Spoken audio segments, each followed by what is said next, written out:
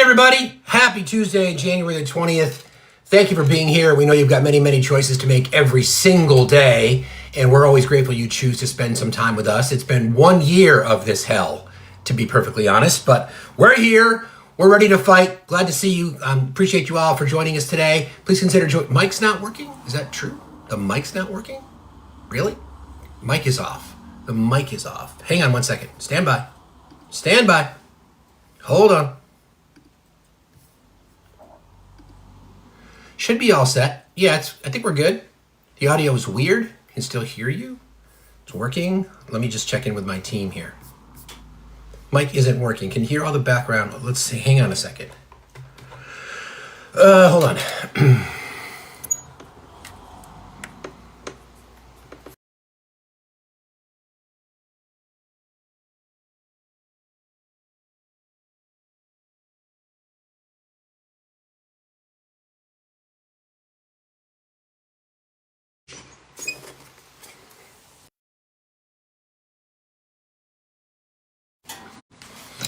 Is that any better, friends? It sounded echoey. Not any better, no. Wonder why that is.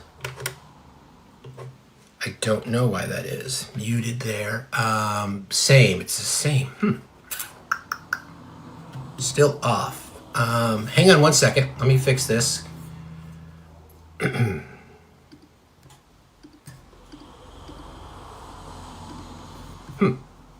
Can hear you just fine. It just sounds weird. Well, that would be a problem if, let me just do something real quick. Let me see if you can hear some audio. Can you guys hear that? Can you hear you sound like it's coming from...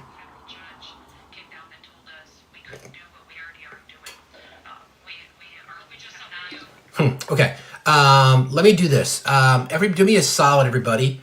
I'm gonna restart. Come right back, please. Everybody come right back.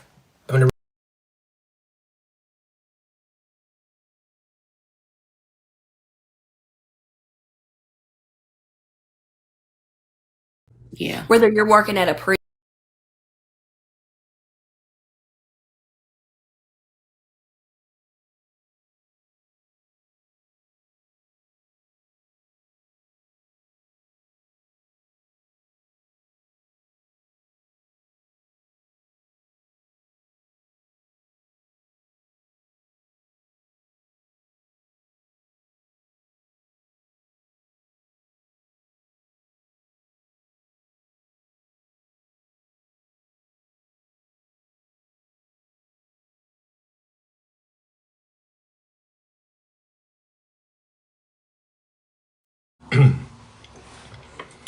I don't know.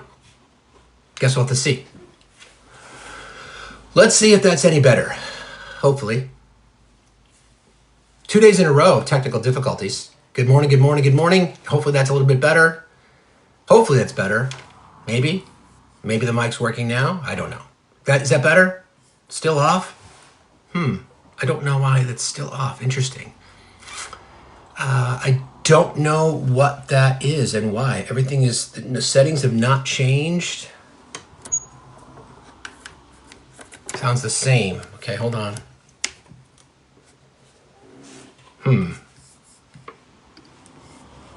Give me 1 second, everybody.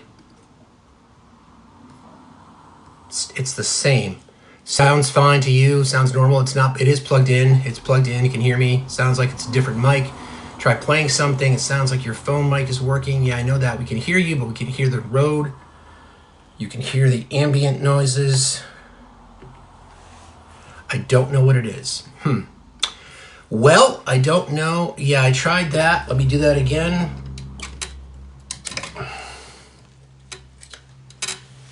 I don't know if I sound younger? Okay, that's good. Well, we'll leave it right there. I sound younger. That's cool. Let's see, so much work so early. I know, the audio is way low, but can hear the background. It's the same. I wonder what it is. I can hear you, but it's through your phone mic.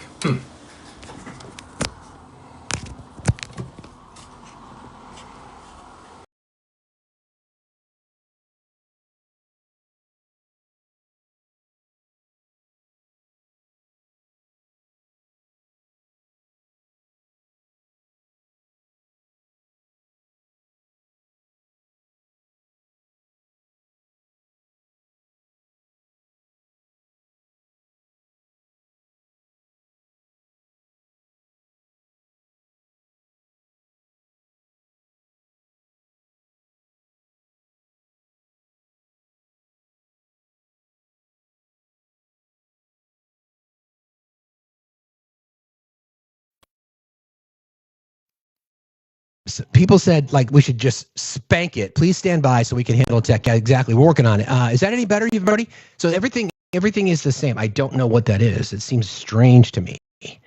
Sounds better. Bring up back up. Yeah, there it is. Better. Yes, better. There you go. Okay. All right. Good. Hey, don't touch anything. My hands are right here. Notice how big my hands are? Sorry, I'm kidding. Sorry. Anyway, thank you for being here today. Happy Tuesday. It's been a year today, by the way. Okay. So you guys know the drill. Tapping is clapping, liking is loving, sharing is caring. Please consider doing that. Please consider joining our team. Please help us get out to the FYP. And as you guys know, we tend to get these weird gift restrictions. So if you guys could really bang out that gift goal, would really appreciate that. Let's get that taken care of because that, again, helps us push out to the FYP. Don't forget, we're crowd-funded here. That's what this means. If you want to support the channel, you can do so at the various things that exist in cyberspace. That would be all. Everything, by the way, is at Factsstillmatter. So thank you all for being here. Really, really appreciate that. If you have a chance, head on over to our link tree because you can find in the link tree, you'll find a link to our Discord. If you do not have Discord on your device, please install it. Then if for some reason the link does not work, just copy that link, put it in a browser, and then it will open automatically.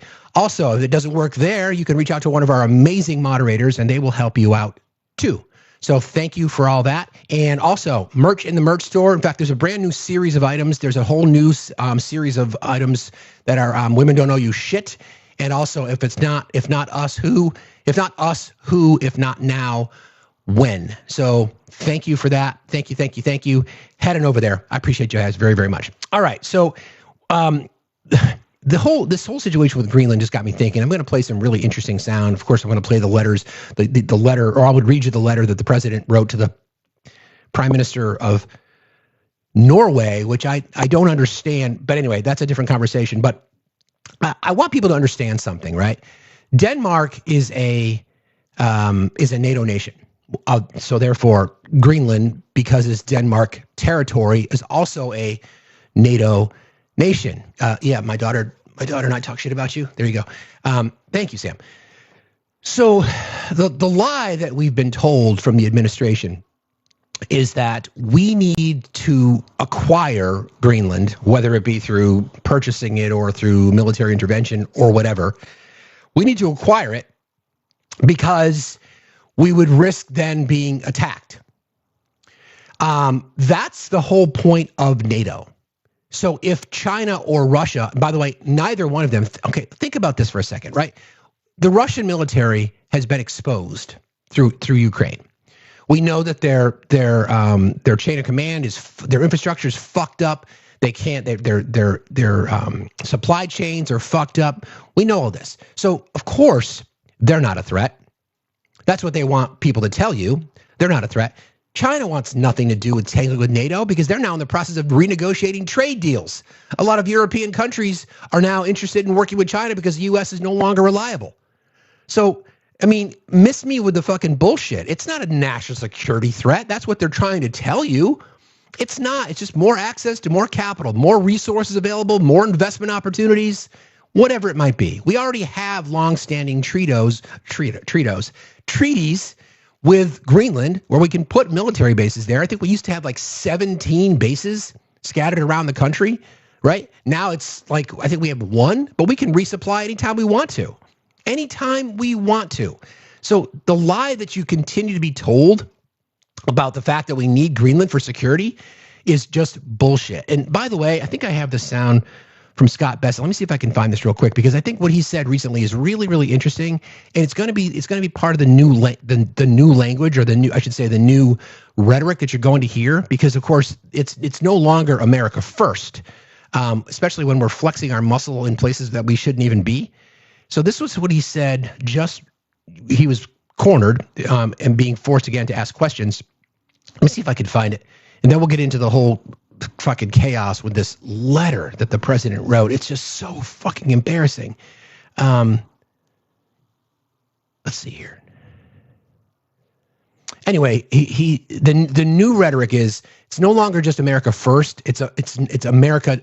It's not America alone, meaning that the justification they're trying to do to try to pivot off the whole America first narrative is saying, well, it's not just about America first. It's just about America not alone.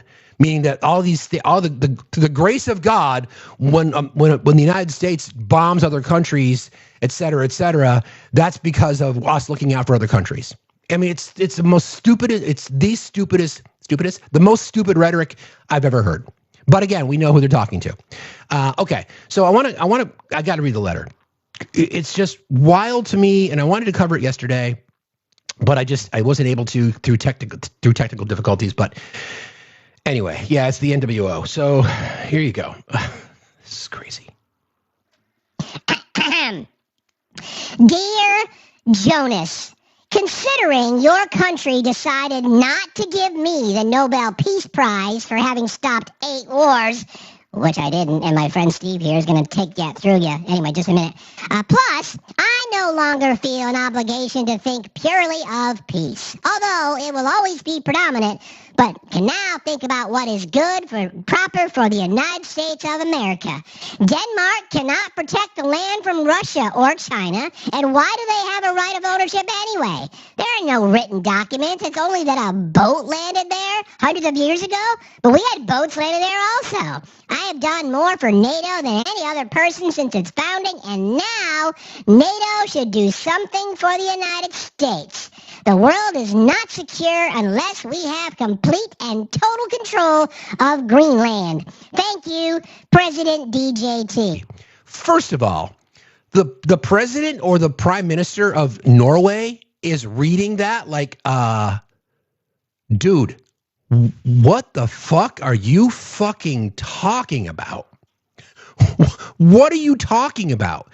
And by the way, the only time Article 5 has ever been invoked was when the United States was attacked on 9/11 and NATO countries came to our aid. So how is it that we've done more for NATO nations?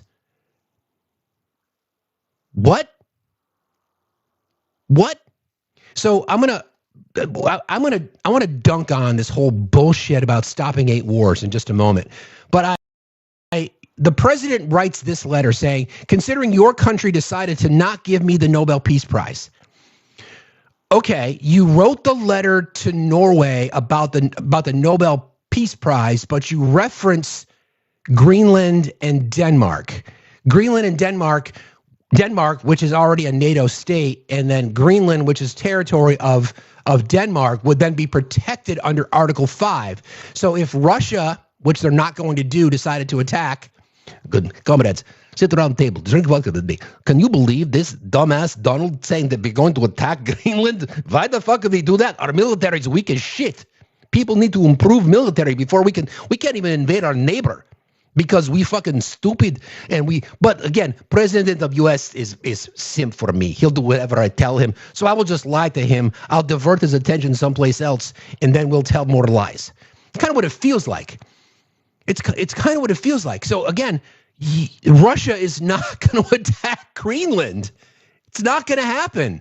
They're not going to go up against NATO. They're just not going to do it. China's not going to do it either. China, during this entire last year, has been renegotiating trade deals with the EU and now with Canada. Why the fuck would they want to do it? You see what I mean? Like the amount of just complete fucking bullshit that Trump supporters and Republicans in the House and the Senate, though they don't believe it, they're just trying to capitalize on it, are going to believe is just mind-boggling. Okay? So first of all, the president's response. This is crazy shit, man. All right. Here you go. About the Nobel Prize. First of all, he says, I don't care about the Nobel Prize. A very fine woman felt that I deserved it and really wanted me to have the Nobel Prize, and I appreciate that. If anybody thinks that Norway doesn't control the Nobel Prize, they're just kidding. They have a board, but it's controlled by Norway, and I don't care what Norway says. But I really don't care about that. What I care about is saving lives, and I think I've saved tens of millions of lives. If you look at India, Pakistan, just as 2 nuclear powers, you look at so many of the countries that were in a 30, in some cases, a 35-year war, and I got it done. We stopped 8 wars, and maybe we'll be stopping a 9th very soon. We'll see.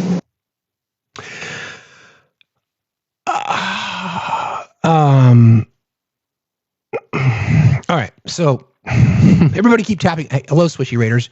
Good morning. Good to see you guys. Somebody mentioned this. Yeah, I mean, the argument that the Trump administration is attempting to make is that we need Greenland for national security. No, it's to do a favor because Russia doesn't have access to the North Atlantic because of our troops, because of our Navy. Give me a break. Anyway, let's talk about the 8 wars that he claims to have ended, shall we? So, MAGA, I know you're in here today. I'd like you guys to take notes. Israel Hamas claimed it ended the war with a ceasefire and hostage deal. There was bombings yesterday, as a matter of fact. More lives lost. Estimates are around 150 lives have been lost since the peace deal. Did that war end? Nope. Hold on. Super chat. Let me just check.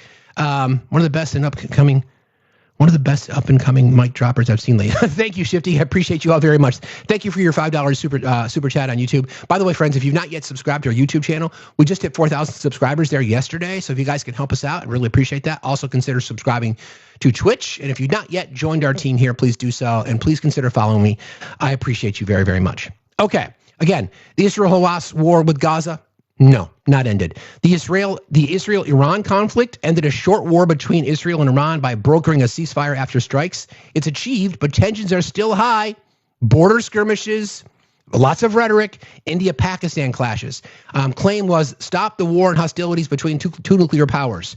Status, Pakistan thanked the U.S., but India denied U.S. mediation was decisive and long-term hostility continues. That's from the Times-Union. Cambodia, Thailand, or in President Trump's words, Thailand. Cambodia, Thailand border fighting. The claim was a ceasefire was negotiated between the two following border clashes. The ceasefire initially held, but fighting has since resumed, showing instability. So that's 4 claims, and all 4 have been debunked so far. Rwanda and the Democratic Republic of the Congo, or DRC, the claim helped bring peace talks and agreements forward.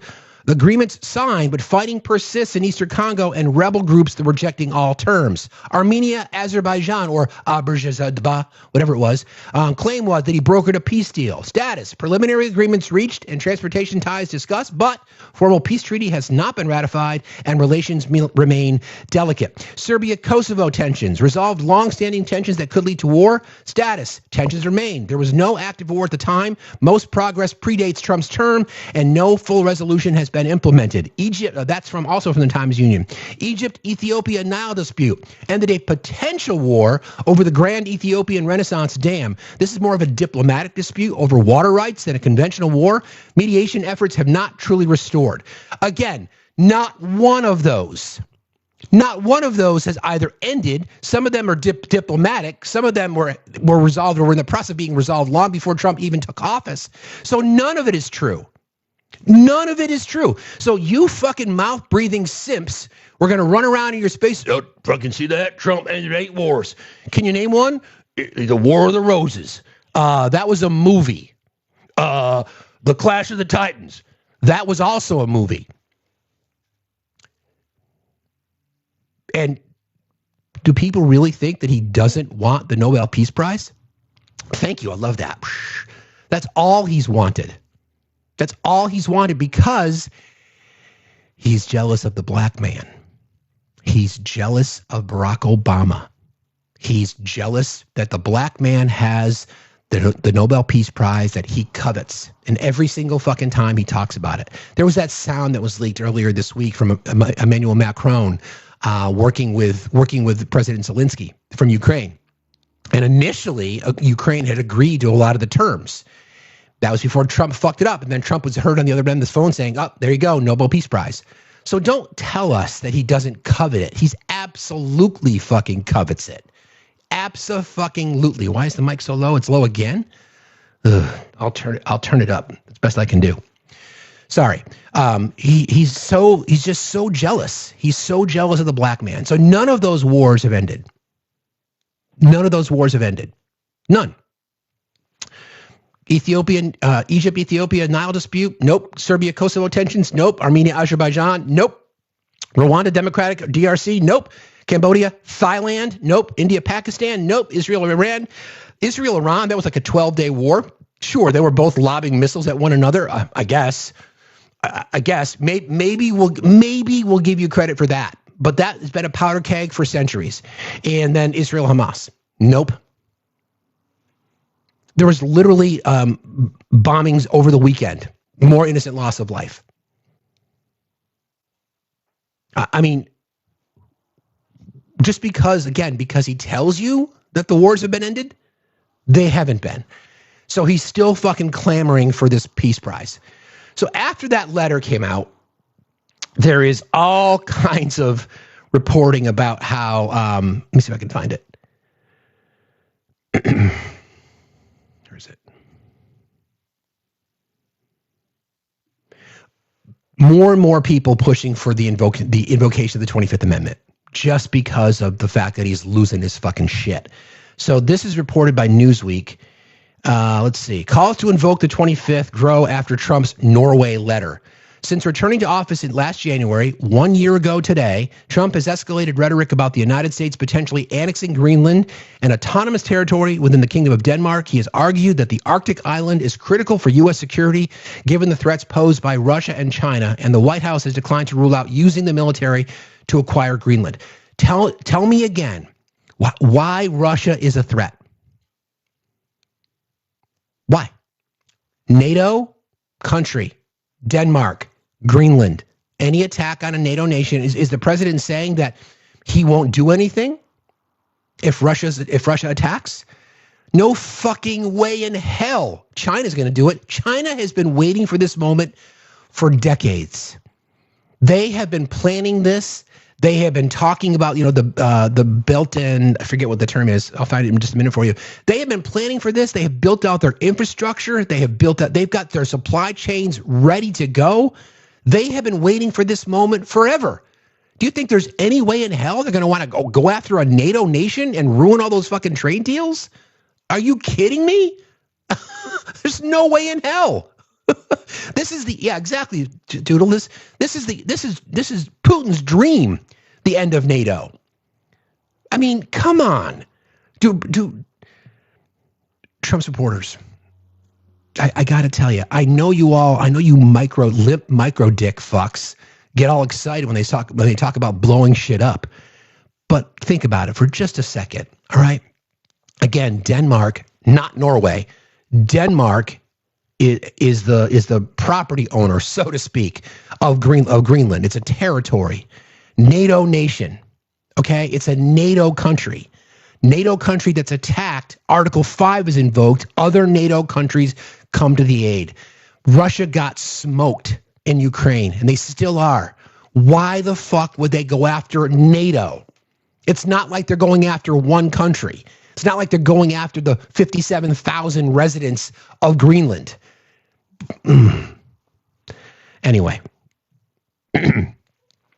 since returning to the office, he has argued the Arctic island is critical for U.S. security given the threats posed by Russia and China, and the White House has declined to rule out using the military. Trump's posture towards Greenland has drawn backlash on the global stage as European allies view his position as a threat to the island's sovereignty. You think? Some European countries have sent troops to Greenland, while Trump has threatened to enact tariffs against European countries that oppose the U.S.'s efforts to take control of the territory. To which Europe has responded with this trade bazooka idea, saying, "Listen, you want to do this shit? We'll just cut you off. We will stop purchasing shit from your country, or we'll tariff the fucking piss out of you." Do you understand, people? I mean, can MAGA and then non-voters? Can you guys just take just for a second? Okay, this is a plea. Just for a second. You don't understand. First of all, you have no idea what global diplomacy looks like. You have no understanding of global trade. You have no understanding of the reliance that we have, not only on allies, but some people we wouldn't necessarily call allies that we still trade with. Do you understand that it takes decades to create these relationships, to build these supply chain networks, to build this trade infrastructure, to negotiate with manufacturers, to negotiate with logistics companies? Do you understand that in the matter of less than 1 year's time, all that work can go bye-bye? Where the fuck, MAGA, where are you going to buy your devices that you need for quiet time? Where are you going to buy them from? Where are you going to buy your... I won't go there. You're not going to get it. It's not going to happen. The entire world is about to be flipped upside down. And what's funny, what's ironic, is that's all you heard from the right for years was, Democrats want to new world order. Do you understand what happens if this plan comes to fruition? Do you understand that the global community is laughing at the United States? A letter written to the Norwegian president saying that I don't care about the Nobel Peace Prize, but I really fucking do care about the Nobel Peace Prize. And because you didn't give it to me, I'm going to take Greenland, even though Norway's got nothing to fucking do with it other than the fact that they're a NATO country. Trump's posture towards Greenland has drawn backlash on the global stage as European allies view his position as a threat to the island's sovereignty. Some European countries have sent troops to Greenland, while Trump has threatened to enact tariffs against European countries that oppose the U.S.'s efforts to take control of the territory. Trump reiterated threats concerning Greenland in his letter to Norwegian president. According to the outlet, the president wrote, "Dear Jonas, considering your country decided to not give me the Nobel Peace Prize for having stopped 8 wars plus, I no longer feel an obligation to think purely of peace, although it will always be predominant, but can now think about what is good and proper for the United States of America. Denmark cannot protect that land from Russia or China, and why do they have a right of ownership anyway? There are no written documents. It's only a boat landed there hundreds of years ago, but we had boats landing there also. I have done more for NATO than any other person since its founding, and now NATO should do something for the U.S. The world is not secure unless we have complete and total control of Greenland. Thank you, President DJT." Is that America first? I mean, following the letter's publication, critics have called for the invocation of the 25th Amendment, which allows members of the president's cabinet to legally remove him from office if they do not believe he is fit to lead.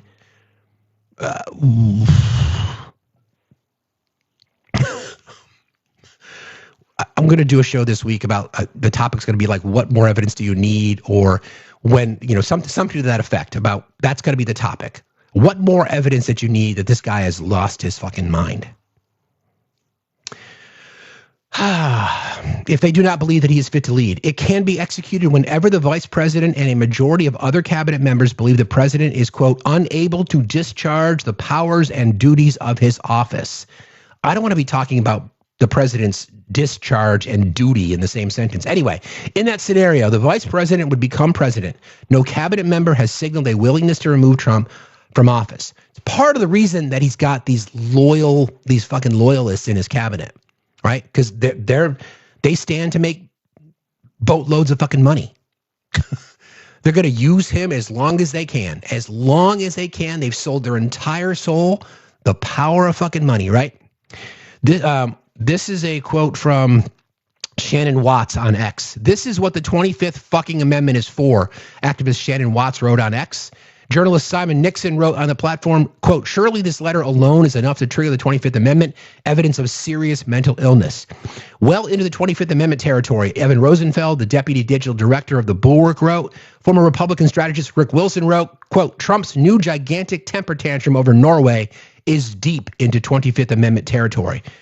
Hell, at this point, 25th Amendment territory is far in the rearview mirror, and we are descending further into madness by the moment. What people were saying. Democratic U.S. Senator Brian Schatz of Hawaii wrote on X, quote, I don't see how you can be a serious person and not find this extremely worrisome. He is not stable at all, and his reality is warped. He was always a bit like this, of course, but now he's 80. Norwegian Prime Minister Jonas Gahr said in a statement on Monday, this is from the Norwegian, this is Jonas, this is the guy who got the fucking letter. Quote, Norway's position on Greenland is clear. Greenland is a part of the Kingdom of Denmark. And Norway fully supports the Kingdom of Denmark on this matter. We also support that NATO in a responsible way is taking steps to strengthen security and stability in the Arctic. As regards to the Nobel Prize, I have clearly explained, including to President Trump, what is well known. The prize is awarded by an independent Nobel committee and not the Norwegian government. U.S. President Trump wrote on Truth Social, NATO has been telling Denmark for 20 years that you have to get the Russian threat away from Greenland. Unfortunately, Denmark has been unable to do anything about it. Now it's time, and it will be done. Trump's threats concerning Greenland continue to strain U.S. relationships with allies in Europe. What the fuck are we doing? And why? Somebody make it make sense to me, because it just doesn't. I'm trying to be objective. Like somebody could say, okay, well, here's a serious situation. Again, I go back to the fact that we have NATO. It's part of what NATO was designed to do. to stop Western expansion from Russia. Like, come on. I don't get it. I really don't get it. Like, if Russia decided to invade, NATO would respond. Again, Russia has no interest going up against NATO. They've been getting their asses kicked by Ukraine over the last 4 years. Yes, with U.S. support. Yes, with European support. It's not going to happen. Why would you think that's going to happen? Again, suddenly the no war party, even though he didn't end 8 wars, that didn't happen. The no new war party is fine bombing 8 countries, because not only did he not end 8 wars in 2025, he bombed 7 or 8 countries in 2025. The first president in U.S. history to do that, to bomb that many countries in 1 year. And this fucknut thinks he deserves the Nobel Peace Prize? What? I mean, seriously? What? Anyway, let's see. Oh, this is great. Tiff, thank you so much. So these are the treaties. This was signed, let's see, papers relating to the foreign relations of the United States with the address of the president to the Congress on December the 4th, 1917. Convention between the United States and Denmark for the cession of the Danish West Indies. There's numerous contracts and treaties that are connected between the United States and Denmark. Which then would give us territorial access to Greenland, which is why we put bases there. I think at one point we had 17 bases there. So it's just a money fucking grab, and it's an attempt to distract you, MAGA, from the fact that Donald Trump is a fucking predator, and he's in the fucking Epstein files. And you are doing everything you can to protect predators. You are literally doing anything and everything you can to protect the people who raped kids. Period. You don't give a fuck about children. You don't fucking care about women. You don't care. The whole fucking thing with men and women's sports, you don't give a fuck about any of that. You don't give a shit about any of it. You just care about what Donald Trump tells you to care about. You love the smell of his taint so much that you will just abandon everything you claim to stand for. Period. And this is the latest distraction. This is the latest. Greenland.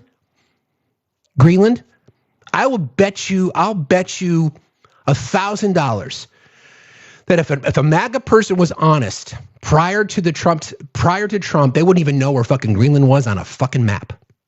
Seriously. They think Greenland is as big as Africa. That's what happens when you lay out maps like that. It's not that big. Anyway, it's like, I mean, come on. It's just I'll move on from it because it's going to piss me off. But it's just more rhetoric connected to why the fuck we're doing this, because there's no argument that can be made. There's no justification because, again, MAGA in the circle thinks that their voters are stupid. I did say MAGA and honest. I'm going to give you some examples, okay? I'm going to give you some examples. This is Ted Cruz. Ted Cruz is not a stupid person. Ted Cruz is smart. This is what I think. I think Ted Cruz has sold his soul because he wants to be a Supreme Court justice. I think he is going to be the leading champion in the Senate. He's going to do whatever Donald Trump asks of him. He's going to double down on all the bullshit. He's going to lie through his fucking teeth because he wants to be a Supreme Court justice. He wants to be on the short list. So he's going to posture in a way that gets the attention of the administration, so that when Clarence Thomas or Alito decide to resign, which I think they will at some point within the next year, you mark my words, and he wants his name on a short list. All right. So this is what he has to say. Based on what I just told you, listen to this bullshit. To Greenland, I want to commend President Trump for being single-mindedly focused on America first, on U.S. economic interest and America first. Taking Greenland? Okay. U.S. national security interest. I believe it is overwhelmingly in America's national interest to acquire Greenland. A year ago, as chairman of the Senate Commerce Committee, I chaired a hearing on the benefits to the United States of America of acquiring Greenland. Now, some folks in the press, they clutch their pearls and they say, well, what do you mean acquiring Greenland? How could that happen? What is it? Look, the whole history of America has been a history of acquiring new lands and new territory. Yeah, no fucking shit, dumbass. Are you kidding me? That's the whole fucking point. That is the anger that used to come from the right when they were sick and fucking tired of the United States doing that. And now you're going to say suddenly it's okay? Let's, cheering on tyranny, cheering on fascism, cheering on colonizing. What? You can't take a bad host? Mainly breaks. Okay, you can leave. That's fine. No, you don't really to announce your arrival or your departure. Just leave. Bye. Pick up some merch. Go to the merch store. You'll find the link in my bio. You too can have a shirt that says "Women don't know you shit." So go pick one up. Appreciate that. Okay, so I'm gonna start this from the beginning, based on everything that I just explained to you. Right there, somebody make an argument for security. There is none. I don't know how you can make an argument, right? How you can make an argument that it's about national security. It's not. So here's Ted again from the top.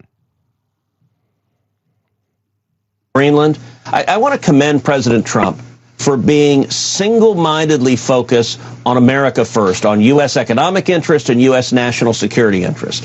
I believe it is overwhelmingly in America's national interest to acquire Greenland. A year ago, as chairman of the Senate Commerce Committee, I chaired a hearing on the benefits to the United States of America of acquiring Greenland. Now, some folks in the press, they clutch their pearls and they say, well, what do you mean acquiring Greenland? How could that happen? Look, the whole history of America has been a history of acquiring new lands and new territories. Whether you go back to Thomas Jefferson making the Louisiana Purchase, about half of the United States of America today, or you go back to America purchasing Alaska from Russia. You want to talk about, at the time they called it Seward's Folly, it turned out to be an extraordinarily consequential purchase. Greenland has massive rare earth minerals and critical minerals. There are enormous economic benefits to America, but it's also, like Alaska, it is located on the Arctic, which is a major theater for potential military conflict with either Russia or China. It's also critical for the Golden Dome and defending America from potential missile strikes. I commend the president for focusing on American national security. Yeah. Because where it is geographically can help stop any missile fire coming from adversaries like Russia and China. Senator, it's great to catch up. We so appreciate your time. We'll be watching you. Again, this shows you how stupid they think their voters are. We already have the ability to take down any missile strikes heading towards the United States. We don't need to do that in Greenland. We have a base there. We can put as many bases there as we want. I went through this exercise with you guys before because there are estimates about acquiring Greenland, whether it be through purchasing or through the military. Now, you want to claim no boots on the ground, no new wars. By the way, you talk about no more regime change. You don't want American interventionism. Then why does Donald Trump call himself the president of Venezuela? It's an absolute, complete fucking lie about the national security implications of Greenland. It's about people enriching themselves, whether it be access through rare earth, whether it just be investment opportunities. I personally think it makes things easier for Russia as we look at the map of the New World Order, right? What have I said? I think it's this one here. I think I've got this picture. Hang on a second. Yeah, like this, right? So, this is how Trump sees the world, right? the Western Hemisphere belongs to the U.S. The Southern Pacific and the Indian Ocean belongs to China, and then Putin gets Europe. And what does that do? If we have control of this, that means he's got access to things that he approves. Same with this guy. You think I'm wrong? I mean, make it make sense. There's nobody can debate it. This is what our friends on the right do. They say, well, we got the biggest military in the world. Why shouldn't we take it? like, why do you want it? First of all, why do you want it? When did you ever think about Greenland until somebody told you to think about it? You just get dragged around by your nose. Do you not give a shit? I thought you were America first. Hey, Tom. Hey, morning, bro. I don't want to disturb your flow. I love your show, man. Great job. I wanted to say that I have like a little theory. Ever since the day when Helsinki happened, and I watched Donald Trump excuse Vladimir Putin, and he sided with Vladimir Putin. That was the first time that really happened. I kind of saw it in both their faces. Putin was saying, I got you. And Trump was saying, oh, shit, I have to side with him. I think that he has something on Trump that is outrageous. I think this is Putin just saying he's pulling in a card. Putin sees the writing on the wall, and he knows that in a few months, Donald Trump's going to lose power, and he wants to dismantle NATO. This has been Putin's goal for 20 years. I totally agree. Ever since the collapse of the Soviet Union, that's been one big thing that Putin talks about. This he talks about it, about the biggest geopolitical disaster in Russian history. You know, the formation of NATO and the dissolving of the USSR. So he's always had a hair across his ass for NATO. You're absolutely correct, right. And that's it. And that's his move, because when if he doesn't do it now, because if he doesn't pull that card in on Trump that he needs to call in, then the midterms are going to bury Trump, and then they won't be able to get Greenland. Putin wants us to have more Greenland, way more than Donald Trump does. Correct. That's exactly right. That's exactly my point. You're absolutely right, man. Absolutely right. I appreciate moving, you, bro. Tom, as always. Thanks for having me up, brother. brother. Keep moving. You got it. See you later. Take care. All right, bye. No, he's right. I mean, it doesn't advantage the United States in any way. It advantages because, again, they're using Greenland as a tool for the U.S. to disassemble NATO, which is exactly why this whole peace committee that the president talked about, I mentioned it yesterday, about $1 billion to join the peace committee, reaching out to lots of countries across the world, including Viktor Orban, including Vlad. They want to have a counter to the UN. So all of a sudden you fracture your allies, whether it be through economic means, through military means, through rhetoric. So we always talk about how people on the left are much smarter. Well, that's true, but we have the ability to look at these things. We have the ability to look at nuance in foreign policy. We can look at the long game. What MAGA does is say, oh, boom, boom, boom, blow shit up, ugh, ugh, ugh, where my protein powder? That's all you care about. You are reactionary. You believe because America has military might that we should use it. You believe because America is the strongest country in NATO that therefore NATO owes us shit. That's not how diplomatic partnerships work. The intelligence alone that we get from NATO and from the Five Eyes countries is worth every single dime we've ever invested in support of the NATO alliance. That's what people don't understand. People don't understand. No disrespect, Great Keys. No disrespect. I think you got my point. Tom's right. This is all about, I think about that famous Helsinki meeting when the president was asked about Russian interference in the election and all kinds of things and bounties on the heads of U.S. soldiers in Afghanistan. Global intelligence communities told us that it was absolutely true. And what did our president say? I believe Putin. What does that tell you? What does that tell you? And that message has been able to permeate the simple minds of his voters that all of a sudden Russia is the victim? Right? You same people who are sitting in your footy pajamas in front of the TV watching the United States hockey team beat Russia. or Red Dawn, or Rocky and Drago, or every single movie where Russia was the enemy and you always cheered on the red, white, and blue. And here we are now because a fucking malignant narcissist madman who's losing his shit has suddenly told you that, Russia is probably the victim in this. Make that make sense. Please. Make it make sense, because it just doesn't. It just makes no fucking sense at all. Is it Jose? How are you this morning? Good morning. How you doing, sir? Listen, I don't know too much about all this, but I do listen to your show and I do listen to the news, and I kind of agree with you, because if he can acquire that land for purposes of getting in with Putin, Putin could give him not fighting anymore with Ukraine. And then it'll make him look like, I stopped this war. But Putin has no incentive to stop.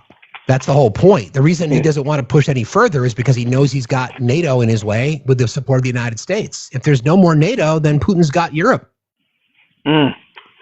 That's why I listen to your show. You are very, very informative. Thank you so much. Thank you. Thank you, friend. I appreciate you. Have a good day. Be safe out there. You too. Thanks a lot. Bye-bye. Thank you. Let me just make a quick adjustment here. Again, if you guys want to support the channel, we are crowdfunded. You can do so at Factsstillmatter. Thank you very much. So here's part of what I was just discussing. Like this, I'm not sure if you heard about this Board of Peace thing. This is wild to me. We call out corruption. Listen, I can't stand fraud in government. Can't stand it. Call it out whenever I see it. And I'm sure you could go to every single state in the country, every single one from Maine to Alaska, and find programs that are wrought with fraud. I'm sure we could all agree on that. The difference between people on the left and people on the right is that we can see it globally, okay? They can't, because they're told it only exists in Somali-backed daycares in Minnesota, which is bullshit.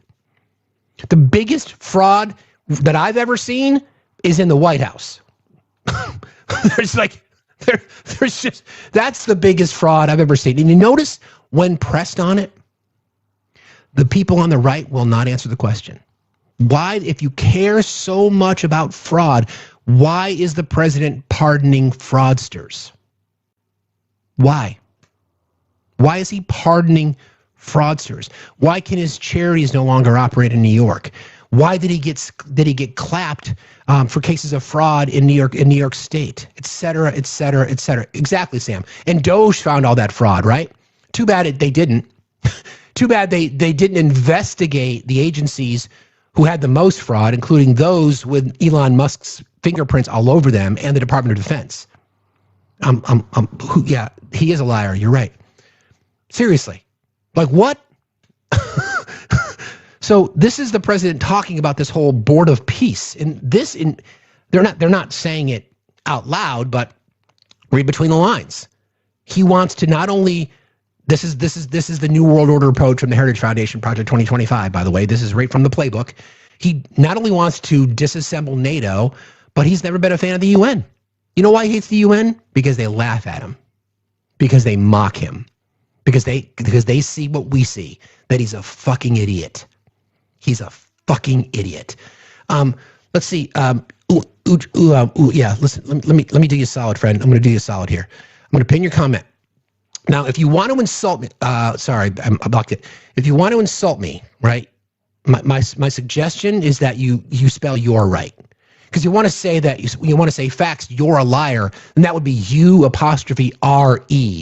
You are? Otherwise, it would be like your house, the possessive. Nice try, though. Anyway, so this is the president on this whole Board of Peace bullshit. Another way to make some money. Here you go.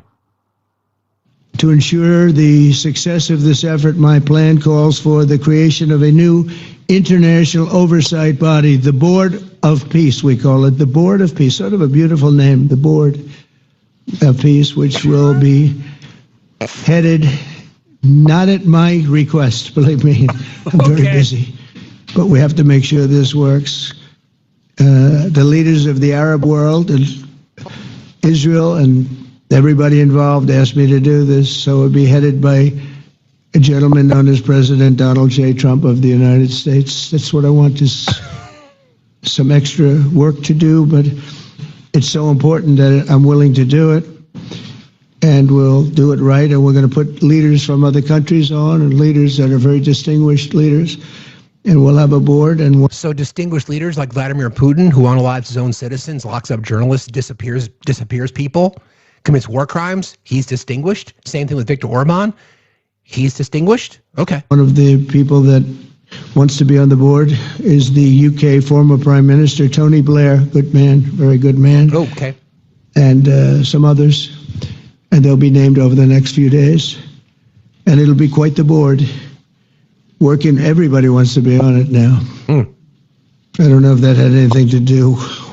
They named me and everybody else wanted to be on it. I guess they figure, well, he's a soft touch. He'll be easy to deal with. Working with the World Bank and others, it'll be responsible for recruiting and training a new government that will be made up of Palestinians along with highly qualified experts from all around the world. Hamas and other terrorist factions will play no role in the board, but they'll play no role in the governance of Gaza at all, directly or indirectly, as you know. What? What? U.S. President Trump has officially launched an international body named the Board of Peace with a view to overseeing the forthcoming process of the Gaza conflict, handling and reconstruction based on a UN Security Council resolution approved Gaza ceasefire plan. U.S. President Trump himself is going to be the chairman of this body, with invites extended to a large number of world leaders and international personalities to make part of this body that can emerge as a decision-taking body for any Gaza-related peace process, with a potential reach out to a greater mandate than Gaza itself can be anticipated at signing ceremony. This plan will then happen. The signing ceremony will happen at the World Economic Forum at Davos. It's $1 billion to be on it. It's $1 billion to be part of this Board of Peace. So as we already know, there's already talk about these investment zones within Gaza. I told you guys this a year and a half ago. I told you exactly what was going to happen. I wasn't the only one, but I told you this. I told you what's going to happen is they're going to justify, they're going to blame it all on the H group. They're going to justify the destruction and the elimination of Gaza, and they're going to rebuild it as a Mediterranean Mecca. Not the actual Mecca, but high-rise hotels, beachfront property, golf courses, et cetera, et cetera, et cetera, et cetera. You're right, Sam. Anybody that wants to give him a trophy or to glaze him, or to give him $1 billion, gets to be on this board. So other autocrats, other dictators, people who've got $1 billion to spend are going to be part of the Board of Peace for the redevelopment of Gaza? What? Do the Palestinians have any say in this at all?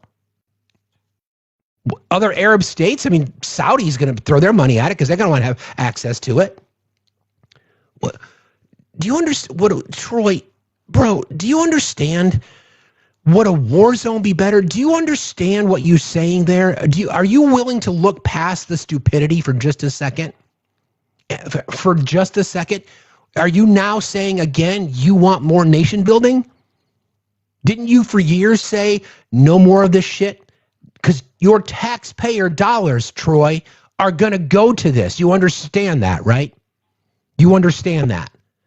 My God, you guys are so indoctrinated. You are so deep in the cult. You just don't get it.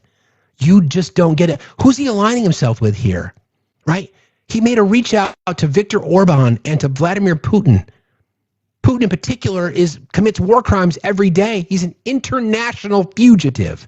It's why he doesn't leave his country. He can go to the U.S. and he can go to North Korea because neither one of those countries recognize the ruling of the ICC. But if he were to go to other places, he'd get fucking arrested. And you're fine with being in partnership with that? I mean, it's unbelievable how simpy you guys are every single day. You're now simping for tyranny. You are now simping for tyranny. Totally fine with a government telling me what to do. But Troy was probably one of those people who marched in the streets because he didn't want to wear a little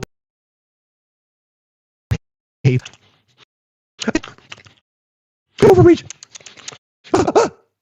Shit on. Cheering on the exact same things that for years all you've done is don't want government overreach. But it's fine with armed thugs running across the country, arresting American citizens, detaining people, murdering people in the streets. You're totally fine with that. Because that's not, in your mind, that's not tyranny. Unbelievable how far we have fallen. Unreal. Yeah, exactly. Now they wear a full face mask. Those same people that were bitching and moaning about wearing a little paper mask to help during a global pandemic are now masked up. I thought the issue with the mask is that you couldn't breathe through it. Okay. Just making sure. Fucking wild. It's wild to me. I got a little bit more on Greenland. I want to move on from it. So this is Scott Bessent. This is the sound I was talking about before. So he did the rounds, right? So Scott Bessent, again, Scott Bessent is not a stupid person. He's a smart guy. But he's stuck in this model now because he sees dollar signs. How am I going to enrich myself? So he's asked a question about national security, and this is what he says. Decision. What is the national emergency that justifies these new slate of tariffs? Okay, listen to this. Listen to this answer. What is the national emergency that justifies this new slate of tariffs? Listen to this answer. The national emergency is avoiding a national emergency. So there is no national emergency.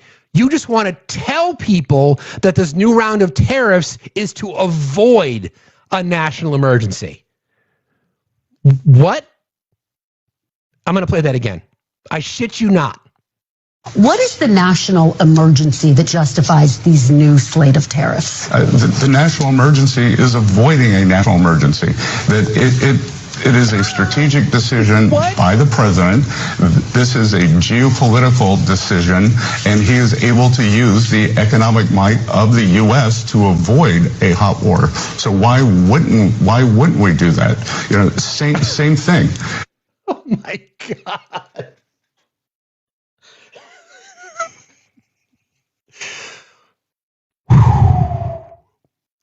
So the Treasury Secretary Bessent, by the way, MAGA, in case you didn't know this, I'm going to say this really quietly and softly because I don't want your ears to explode. MAGA, did you know that Scott Bessent is a George Soros protege? Protege is not a word that you understand. Is someone who George Soros recommended as part of the future of economic numbers. He liked his brain. Okay, he liked his brain. Did you know that, MAGA? Did you know that Scott Bessent is a George Soros protege? You probably didn't know that, did you? Probably didn't know that. Anyway, disciple, good word. Pet project. Pet project. I like that one better. Treasury Secretary Bessent, George Soros' pet project, was pressed on what national emergency justifies a new slate of tariffs, and his answer was blunt. The emergency, he said, is avoiding a future emergency. That framing matters because tariffs are taxes paid largely by U.S. consumers and businesses, not foreign governments. We're going to talk about that in just a second. So again, here you are. This is Troy, this is what your administration thinks of you. Okay? We're going to tell people there's an international emergency, an economic emergency, national security. Ted Cruz is going to tell you this. Scott Bessent's going to tell you this. J.D. Vance is going to tell you this. Why? No one can answer other than the fact that people are going to make a lot of fucking money. Since we're talking about tariffs, there is new reporting. This comes from The Independent. This has been studied. Now we have a year's worth of data. So MAGA, again, I need you to sit down for this part too, because this is going to blow your mind. Because you've been told all along that tariffs are paid by the exporter. Okay.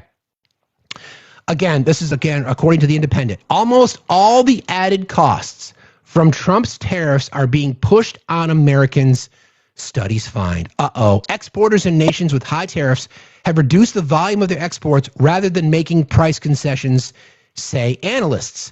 The people paying for nearly all of President Trump's tariffs are the American consumers, according to a new report from a German analyst group. A report released on Monday by the Kiel Institute for the World Economy determined that foreign exporters did not meaningfully reduce their prices in response to U.S. tariff increases. The $200 billion surge in customs revenue represents $200 billion extracted from the American businesses and households. So, MAGA, what this means is the $200 billion in tariff revenue that the president talks about all the time is being paid by, wait for it, you and me and all of us. Did you know that? Do you understand that? We told you about this. We told you that this was going to happen. And I know that racism and bigotry and tyranny is expensive, but now you're understanding that we've been telling you this all along, right? Probably not. The study determined that only approximately 4% of the financial burden created by the tariffs is being paid by foreign operators. The other 96%, because 96 plus 4, MAGA, equals 100. Cool. The other 96% has effectively become a consumption tax on Americans, according to Kiel's researchers. American importers have to decide whether or not they'll pay the increased prices themselves or pass them along to manufacturers and retailers. If they choose the latter, then the manufacturers and retailers have to make the same decision, absorb the cost, or pass it along to consumers. The study cites both Brazil and India, the B and the I, respectively, in the BRICS bloc of nations, which both had 50% tariffs applied to their exports under Trump's policy. According to the report, Brazil's exporters, quote, did not substantially reduce their dollar prices, and a similar response played out in India. What do you know? What do you know? God, I hate it when we're right. The Institute found that in both Brazil and in India, exporters chose to reduce the volume of their exports rather than lower prices. Kiel concluded that the Trump administration's claim that foreign trading partners are paying the price for the tariffs is false. So, two things, obviously. I know this is basic economics. When there is a shortened or reduced supply and the demand remains high, then the price goes up. So add that to the fact that the tariffs that are being imposed on the reduced supply of items coming into our country means that we have increases in prices. Do you understand that that's just basic economics, okay?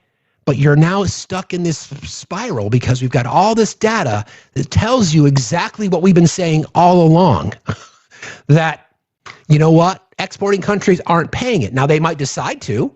They might. Why would they? And American importers who have been absorbing the cost and passing it on, but 96% of the tariffs are paid by American importers, companies, corporations, and they're passing that on to consumers in most cases. So I know it's frustrating. I get it. I know it's frustrating, but this is the reality. And here we are, because you've been lied to again. But the price of gas. But the price of eggs. Do you care? SCOTUS hasn't ruled yet, but they're going to. And I don't think they're going to rule in his favor. I don't think they can, because there's no economic emergency that they've been identified, right? That they've identified. I don't know. I saw, hey, RJ. Hi, Michelle. I think I see Tiberius in here. That's fun. He loves to hear himself talk. Anyway, Kiel concluded that the Trump administration's claim that foreign trading partners are paying the tariffs is just false. This claim has been central to the policy's justification. Tariffs are framed as a tool to extract concessions from trading partners while generating revenue for the U.S. government at no cost to American households, the report said. Our research shows the absolute opposite. American importers and consumers bear nearly all the cost. Hello, son. It doesn't appear that Trump will be relenting on his tariff strategy anytime soon. Earlier this week, Trump threatened to enter a trade war with Europe if Denmark doesn't give the U.S. control over Greenland, which the president has insisted is crucial for national security. We've debunked on that. On Saturday, Trump threatened to impose a 10% tariff in February and another 25% tariff in June on European nations. European leaders are expected to hold an emergency meeting in Brussels this week to discuss the threat and a potential counter tariff on the U.S., which would likely further raise prices on Americans already in the midst of an affordability crisis. They're calling it the trade bazooka.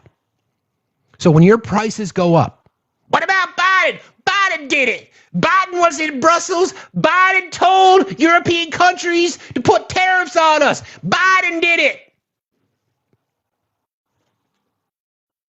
That's what it feels like. You're going to blame Joe Biden for that too?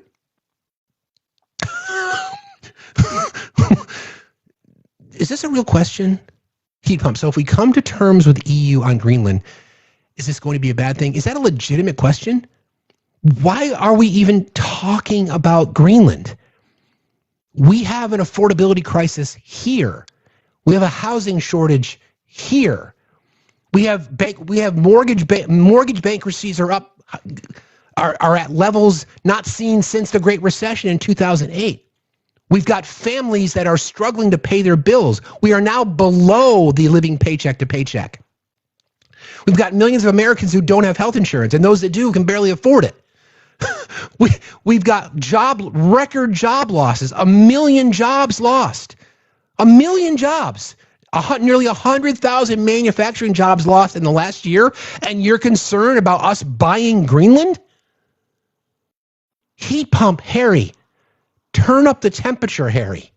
Maybe you might need to relight the pilot light, my guy. Raw materials, minerals, and many more comes from Greenland, helping these. Oh my God, dude. Oh my God. Bro. Do you think it would be free? Do you think a $700 billion or a $500 billion investment in Greenland to acquire these things that we won't even see the fruits of, if any of it is there, like for 10 years? Do you really think that that is a good use of American taxpayer dollars?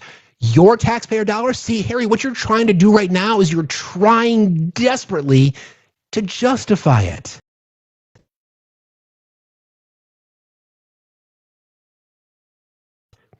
America for policy. Why aren't you demanding that we have the best healthcare system in the world, the best education system in the world, the best social safety net in the world? Why don't you support raising the minimum wage? If we can support $500 billion to go acquire Greenland, then why can't we pay people more? Why can't we put policies in place to protect price gouging? What? Raw materials, minerals, and many more comes from Greenland, helping those things. No. No. No. Again, no. So that's Greenland. Like, what the fuck are we doing? There is no national security threat. It's a lie. If we were to acquire it, it would cost us. The estimates are between $500 and $700 billion. And I went through that exercise. We could fund SNAP with that amount of money for a decade. We could actually increase the monthly output for SNAP recipients. We could increase it exponentially. We could eliminate hunger in many cases. We could continue to expand access to health care in our country. We could eliminate houselessness. We could invest in building homes that are affordable for people. We could do all these things with that money, but all of a sudden, the fiscally responsible MAGA voters think that, and America First think that we should be using our money, our taxpayer dollars, to acquire Greenland, where right now it's like 12 below zero. Are you?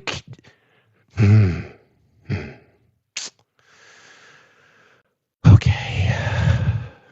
Anyway, so there's that. Now I want to shift gears a little bit. I think I've covered that. Let me just make sure I've got this addressed. I've got some sound from the CCOT interview, or the CCOT story that 60 Minutes did the story got pulled. We'll talk about that in just a minute. We know that the world is laughing at us as it continues to laugh at us. Now I want to talk a little bit about some of the situations with ICE. we're gonna talk about this in detail today because there's a lot of new reporting. We're gonna dunk on some of Kristi Noem's lies, and we're gonna, of course, revisit the situation with the Epstein files because that is still a story that to me just is the biggest scandal in American politics and arguably the world because there's so many people involved. So many people involved. So let's go to that story first. Let's see if I can find it here. So this, in case you did not know this, on Friday night, so oftentimes in politics, you want to put stories out that you want to bury, whether they be really, really small details or something big that you want to hide, you put it out late at night. And sure enough, they put this story out late at night on Friday. Justice Department asks a federal judge to deny the special master for the Epstein files. Special master is someone, most people didn't even know what a special master was until the Mar-a-Lago documents case came out. A special master was assigned because Aileen Cannon was moving so slowly on responses and issuing court orders, et cetera, that they brought in a special master to help navigate through that. Okay, that's where usually it's a judge, either a retired judge or a judge that has got a reduced schedule. That's who they bring in. So because there's now a law passed, again, MAGA, there was a law. It's called the Epstein Transparency Act that became a law, unanimous in the House except for one person, Clay Higgins. And I believe, not today I didn't, but thanks for asking. And I believe it was unanimous in the Senate. I could be wrong about that. I think it was unanimous, may or may not have been, but overwhelming majority of both houses of Congress signed this. So it's a law. The president signed it into effect, which means that currently the administration, you law and order people, are denying or disobeying the law yet again, but nothing to see here. Anyway, the Justice Department has asked a New York federal judge to deny a request by two lawmakers seeking an appointment of a special master to monitor the public release of records tied to the late financier and predator J.E. and best friend of Donald Trump. The Justice Department since December has been releasing caches of documents tied to its investigations of Epstein, but U.S. Reps Ro Khanna and Thomas Massie have criticized the department's slow pace. Khanna, a California Democrat, and Massie, a Kentucky Republican, last week said they asked U.S. District Judge Paul Engermeyer to permit them to file a brief that would argue to the appointment of a special master and independent monitor, given the Justice Department's failure to comply with a law that requires the DOJ to release all records related to Epstein by December the 19th. So not only were they required to release all records on December the 19th, 15 days later, they were supposed to report back to Congress, again, in the law. 15 days later, they were required to identify what was redacted and why. Really simple. So it's like what was redacted and why. And neither of those things have happened.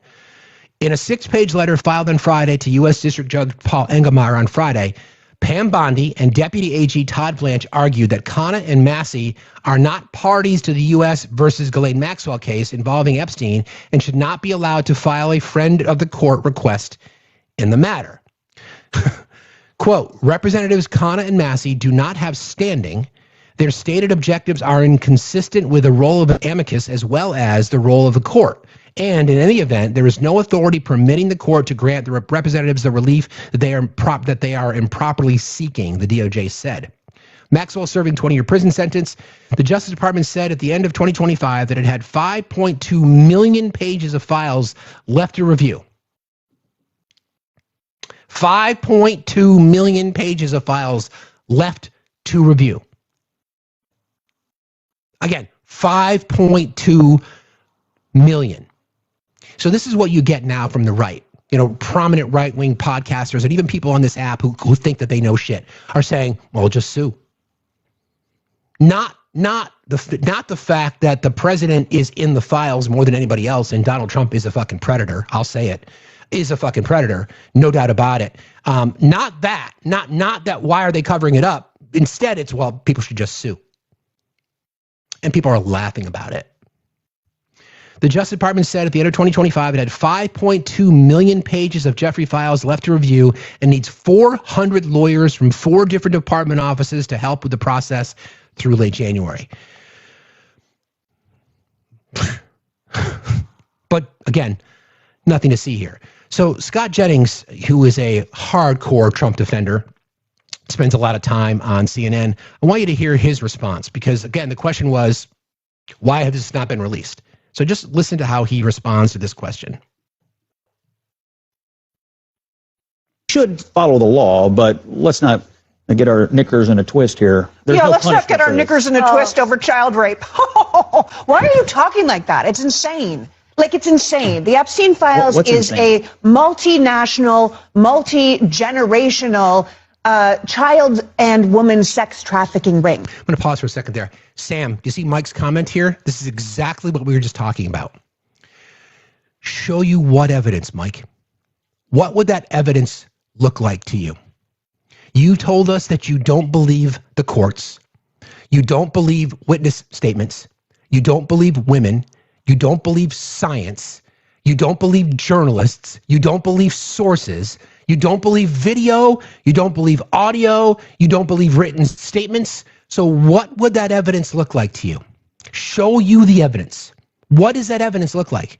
Mike, do you need a camera in the room to see middle-aged white men graping kids? Is that what you need? I know that's your fantasy. I know that's probably your corn search. Is that what you need, Mike? Is that the kind of evidence that you need, Mike? Show you the evidence? What does it look like? You don't believe jury verdicts. You don't believe any of that. So show you the evidence? What evidence? What evidence? You are the reason, Mike, that women don't report cases like this. You are the reason that primarily white men get away with this shit. Show you the evidence? Show you the evidence. What would that evidence be? It's not enough that Donald Trump's name is in the Epstein files more than anybody else with the exception of Epstein and Maxwell? That's not enough evidence? It's not enough evidence that Donald Trump and Jeffrey Epstein were friends, best friends back in the 80s and 90s? That's not enough evidence? It's not enough evidence that girls were being recruited from Mar-a-Lago when they were teenagers? That Donald Trump was hiring teenagers in the spa? And that Virginia Giuffre was one of them? That's not enough evidence? That's not enough evidence of claims made by Maria Farmer and Stacey Williams and others about the abuses at the hands of Donald Trump? That's not enough evidence? It's not enough evidence that Donald Trump cheated on his first wife with his second after he raped his first wife, cheated on his first wife with his second, cheated on his second wife with his third, cheated on his third wife with a porn star. That's not enough evidence? Grabbed him by the pussy? That's not enough evidence? In fact, that's exactly what he did to E. Jean Carroll. That's not enough evidence either? So what does that evidence look like, Mike? What does that evidence look like? Show you the evidence? Show you the evidence. Sasha Riley.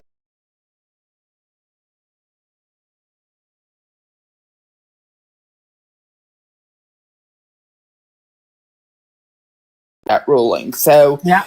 She put that lady in her place. She said, we haven't deployed it towards peaceful protesters. They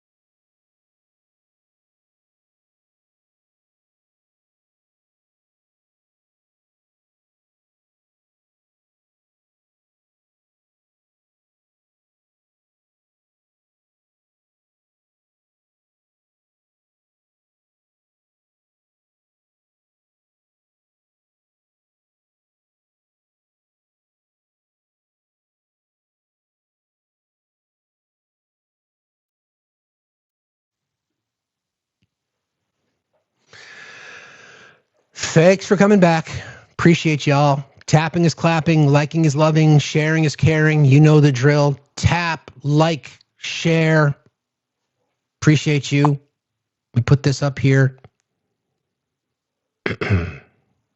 So wild, right? So triggered. They just can't handle it.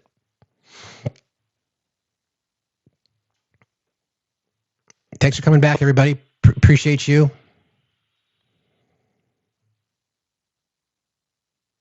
appreciate you very much.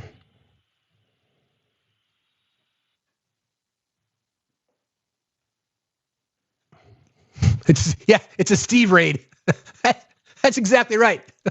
It's a fax raid.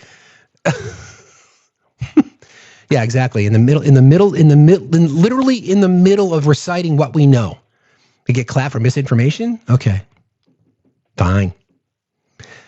Do me a solid, friends. Tap, gift, share. Let's grift like fucking crazy. How about that? Just grift like crazy. You can use Cash App, PayPal, Venmo, grift like crazy. Let's stick it to the man, as they say. Anyway, welcome back. Appreciate you. Thank you so much. Thank you. Yeehaw. I know poor Mike was in his fifis. Anyway, I'm gonna finish playing this sound because Leanne Caldwell, Lee McGowan, she dunks on him pretty seriously. So I'm gonna play this sound for you guys as we're reassembling here.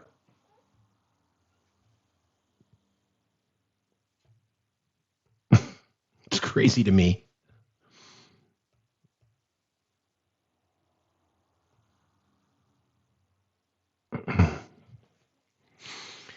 Thank you. I know people on the betas on the right are so fucking soft, aren't they? They're so soft. They can't handle the truth.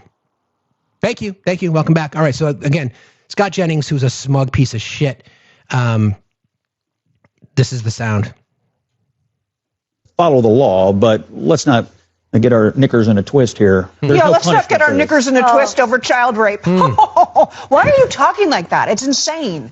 It's insane. The Epstein Files is insane? A multinational, multi-generational child and woman sex trafficking ring. Mm-hmm. So your attitude right now, you're sort of like, well, shucks, devil be gone, is just horrifying to me.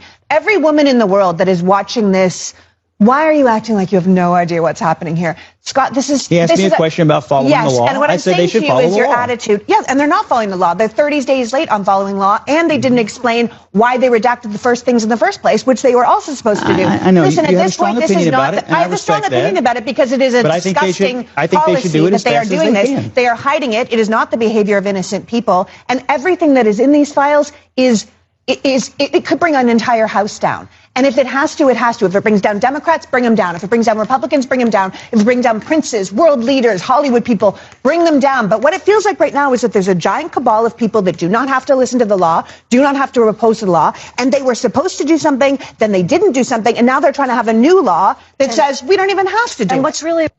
So there you go. Somebody asked a question. All of my various pay apps are at Factsstillmatter. So you can find them on Cash App, PayPal, Venmo. They're all the same at Factsstillmatter. She's right, though. It's just the smug approach to this. What people argue now, the argument that we're starting to hear more and more is that, well, people should just sue. It's not the fucking point. There's a fucking law, the Law and Order Party, right?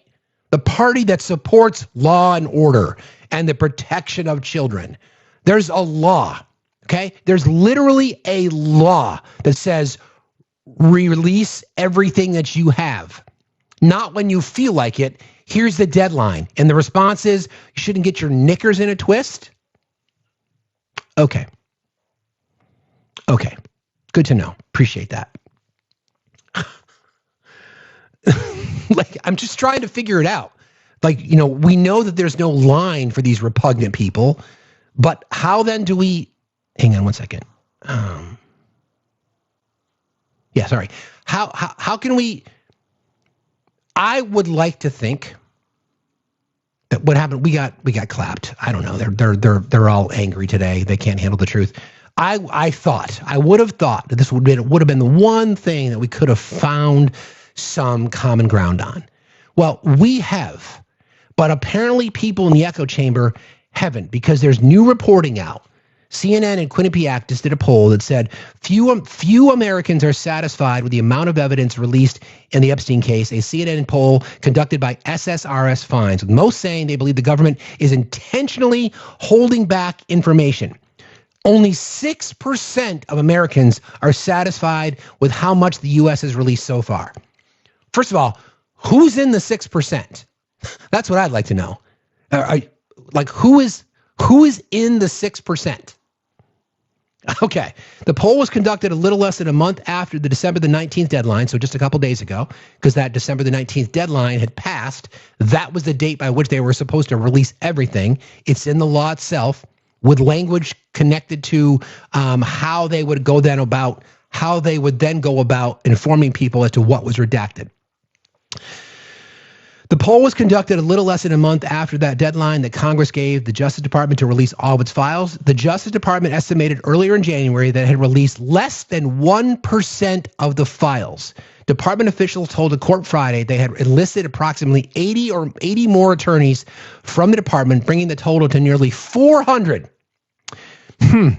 A two-thirds majority of Americans say the federal government is intentionally holding back some information about the Epstein case that should be released, while just 16% say the government is making an effort to release all information possible. The remainder say they haven't heard enough about the case to say. Nearly 9 in 10 Democrats and 72% of independents say the government is intentionally withholding information, as well as 42% of Republicans. Will you get that many Republicans who voted for Trump saying you're moving too slowly? I mean, come on. Only about 1/3 of Republicans think the government is making an effort to release information, with the rest not weighing in either way. Think about that. There are people here defending predators, protecting predators. There's a report about some victims are taking matters into their own hands, survivors, I should say, and they're going to the judge themselves demanding the release.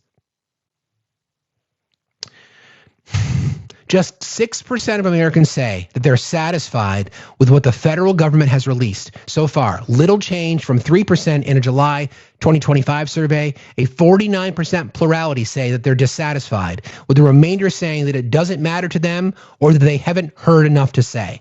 Can you imagine? I wonder what the percentage of those people who say it doesn't matter to them are frequent churchgoers. I'm just curious. I wonder what the percentage of those 49% that say that they don't know much about it or doesn't matter to them are the same people saying, we got to keep men out of women's sports. I wonder how many of those people saying it doesn't matter to them would be like Mike earlier and say, we need more evidence. Yeah, they all have a cross. You're right, Sam. They all have a cross and a Bible in their bios. Right. Just 12% of, sorry, you can't come up. Nope. Just 12% of Republicans and 3% of Democrats and 3% of independents say they're satisfied. 12% of Republicans say that they're satisfied with the amount of information that's been released. This is the end of MAGA. This is it. This is the end of MAGA. We're not going to see justice. You're right, Michelle, they are. They're the ones that are writing sermons. They're the ones that are leading prayer groups. They're the ones that are preying on kids in their communities as trusted Bible-thumping heroes. Robert Morris, keep in mind, was Donald Trump's spiritual advisor. Got arrested for having a relationship with a 12-year-old girl. 12 years old. 12. Serving 6 months. Will likely get pardoned. Just 12% of Republicans, 3% of Democrats, and 3% of independents say that they're satisfied with the information released, but partisan concerns have shifted. As the president who pushed Republicans not to vote for the bill establishing the December the 19th deadline and rejected the files as a Democratic hoax. Republicans have grown likelier to dismiss the relevance of the amount of information released. A 67% majority say it doesn't matter or that they haven't heard enough to say, up from 56% last summer. And 21% now say they're dissatisfied, down from 40%. They're losing this, and they know it, which is why they're ramping up ICE, which is why they took Venezuela, which is why they're talking about Greenland, which is why they're coming up with this bullshit, the Great American Healthcare Plan. That's not a plan at all. Democrats, meanwhile, have moved in the opposite direction. 71% call themselves dissatisfied, up from 56% in July, while the share who don't offer an opinion is 27% down from 41%.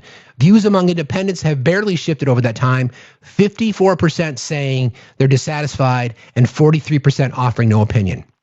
Those two stats there, so 71% of Democrats and 54% of independents, That's the ball game in the midterm elections right there. That's it. That's game over.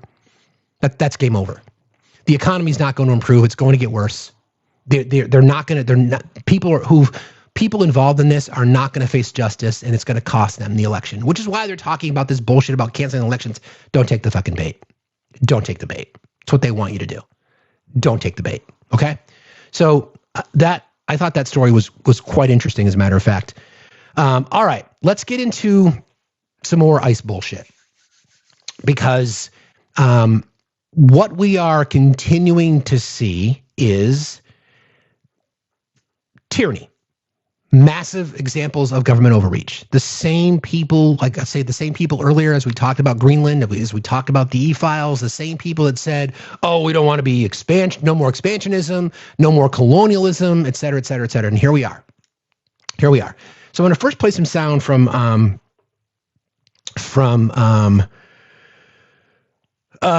Jared Moskowitz.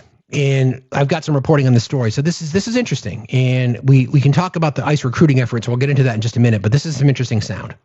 My favorite, I don't know if you know this, but you guys have $858 million, again, almost $1 billion, okay, of money to give out bonuses to people. And so listen, bonuses are great when people do good work, but $858 million sounds like a lot of money. That's like a $40,000 bonus to every employee in all of ICE. So how about $500 million? How about $500 million for bonuses?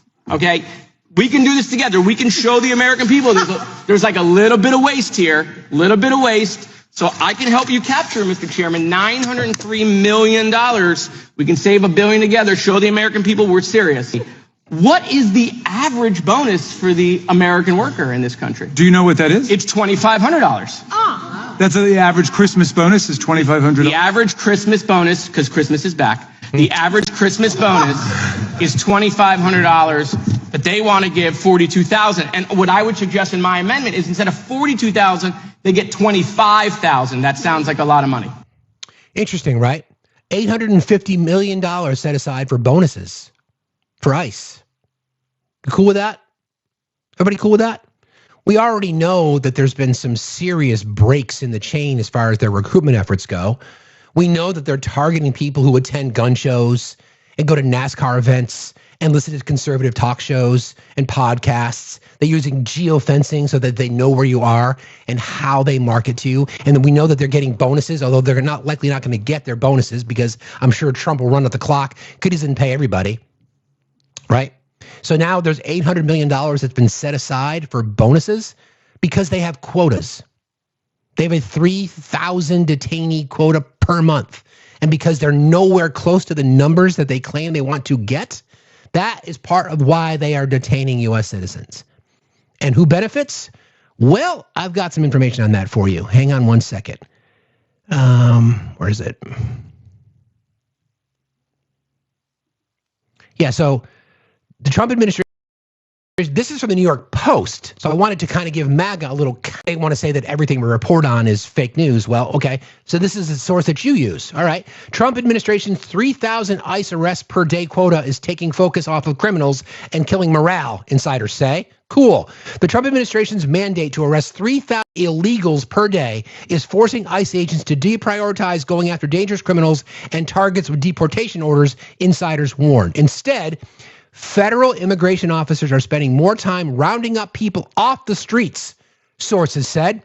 All that matters are the numbers, pure numbers, quantity over quality, one Immigrations and Customs Enforcement officer told the Post. Interesting.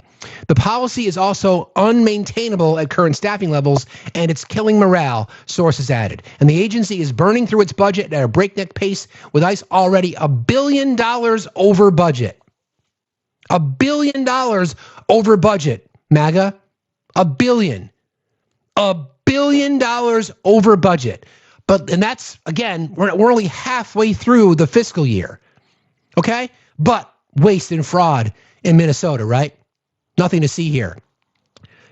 A person who wanted to remain anonymous said, this is about, what is it?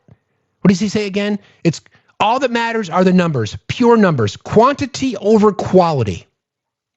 Quantity over quality. That's wild.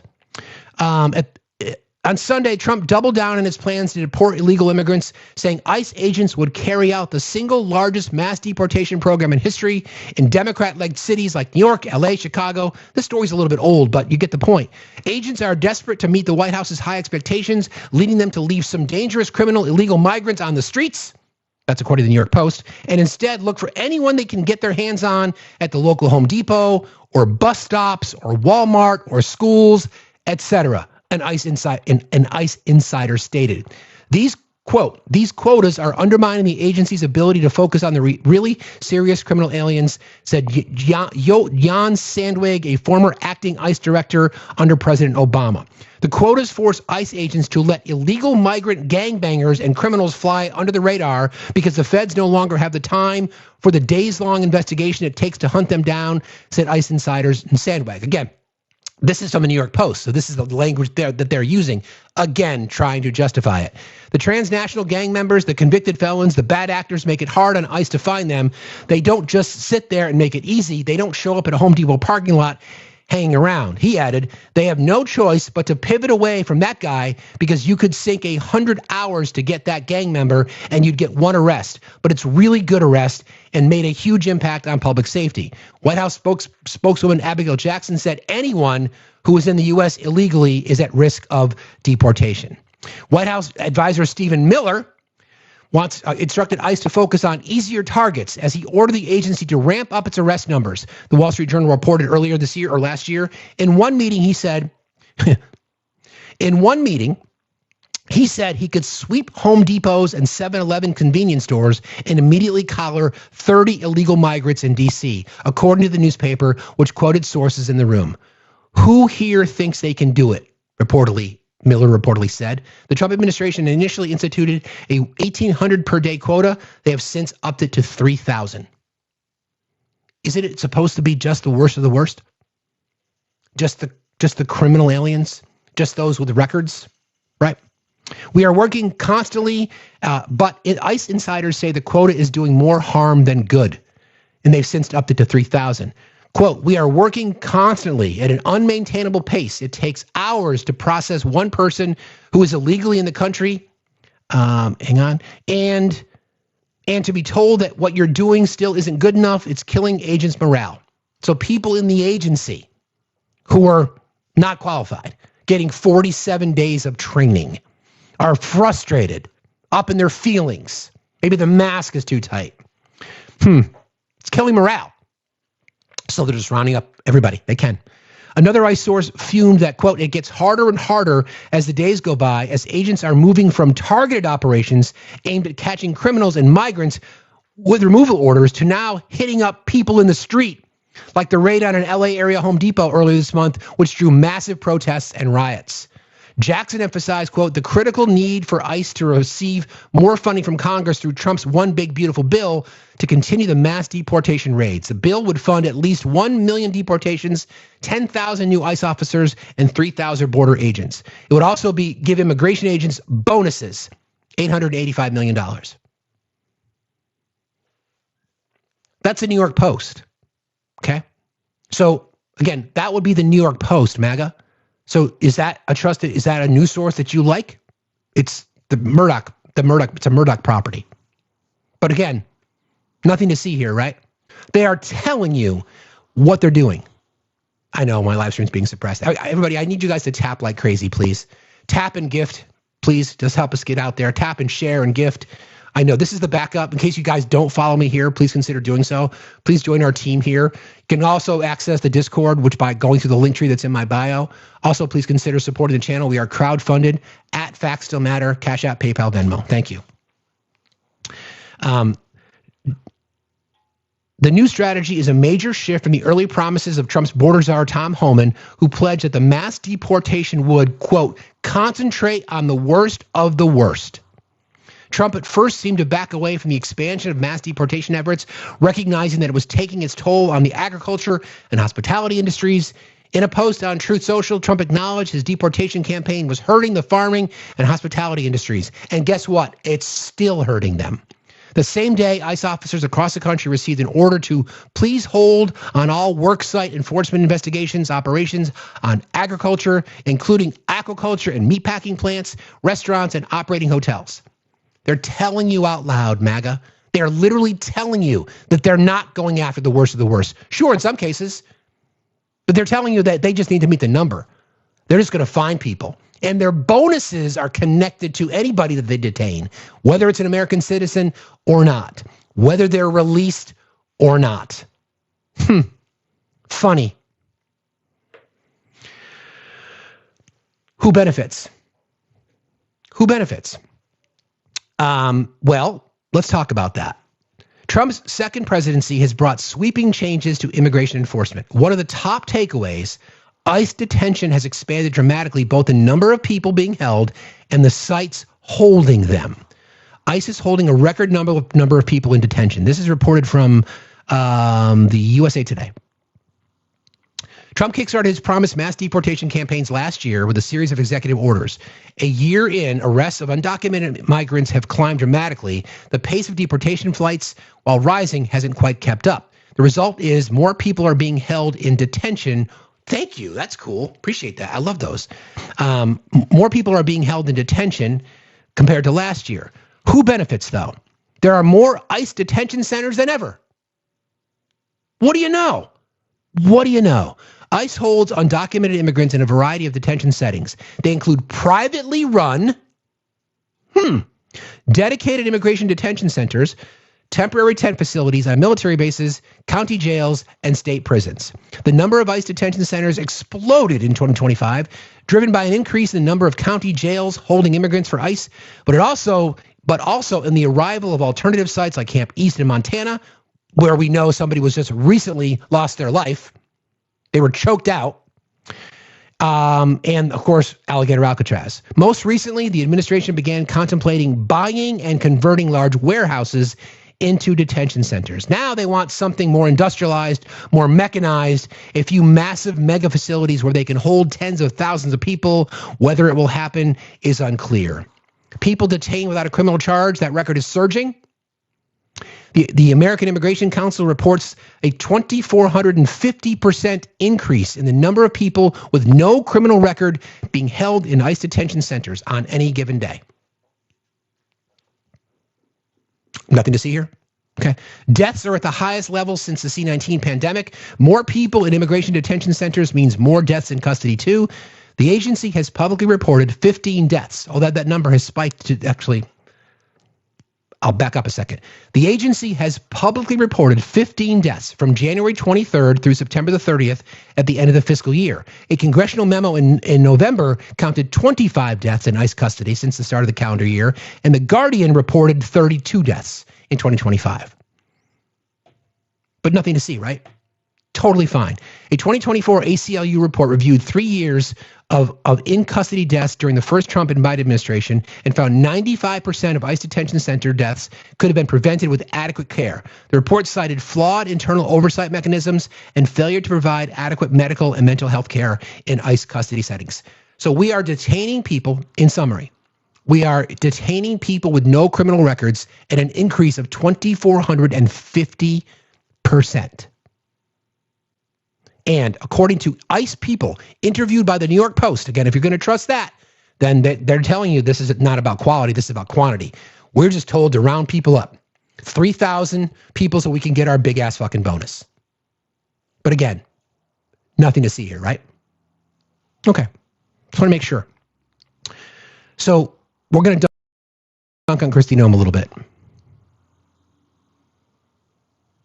This is the interview that I wanted to play for you yesterday that I could not get my hands on, but she was on with she was on over the weekend on the the various talking head shows, and she was asked these questions about something similar to what we just discussed, and then we're going to dunk on her because she needs to be dunked on, because I am so tired of her fucking lies and I am so tired of her fucking bullshit.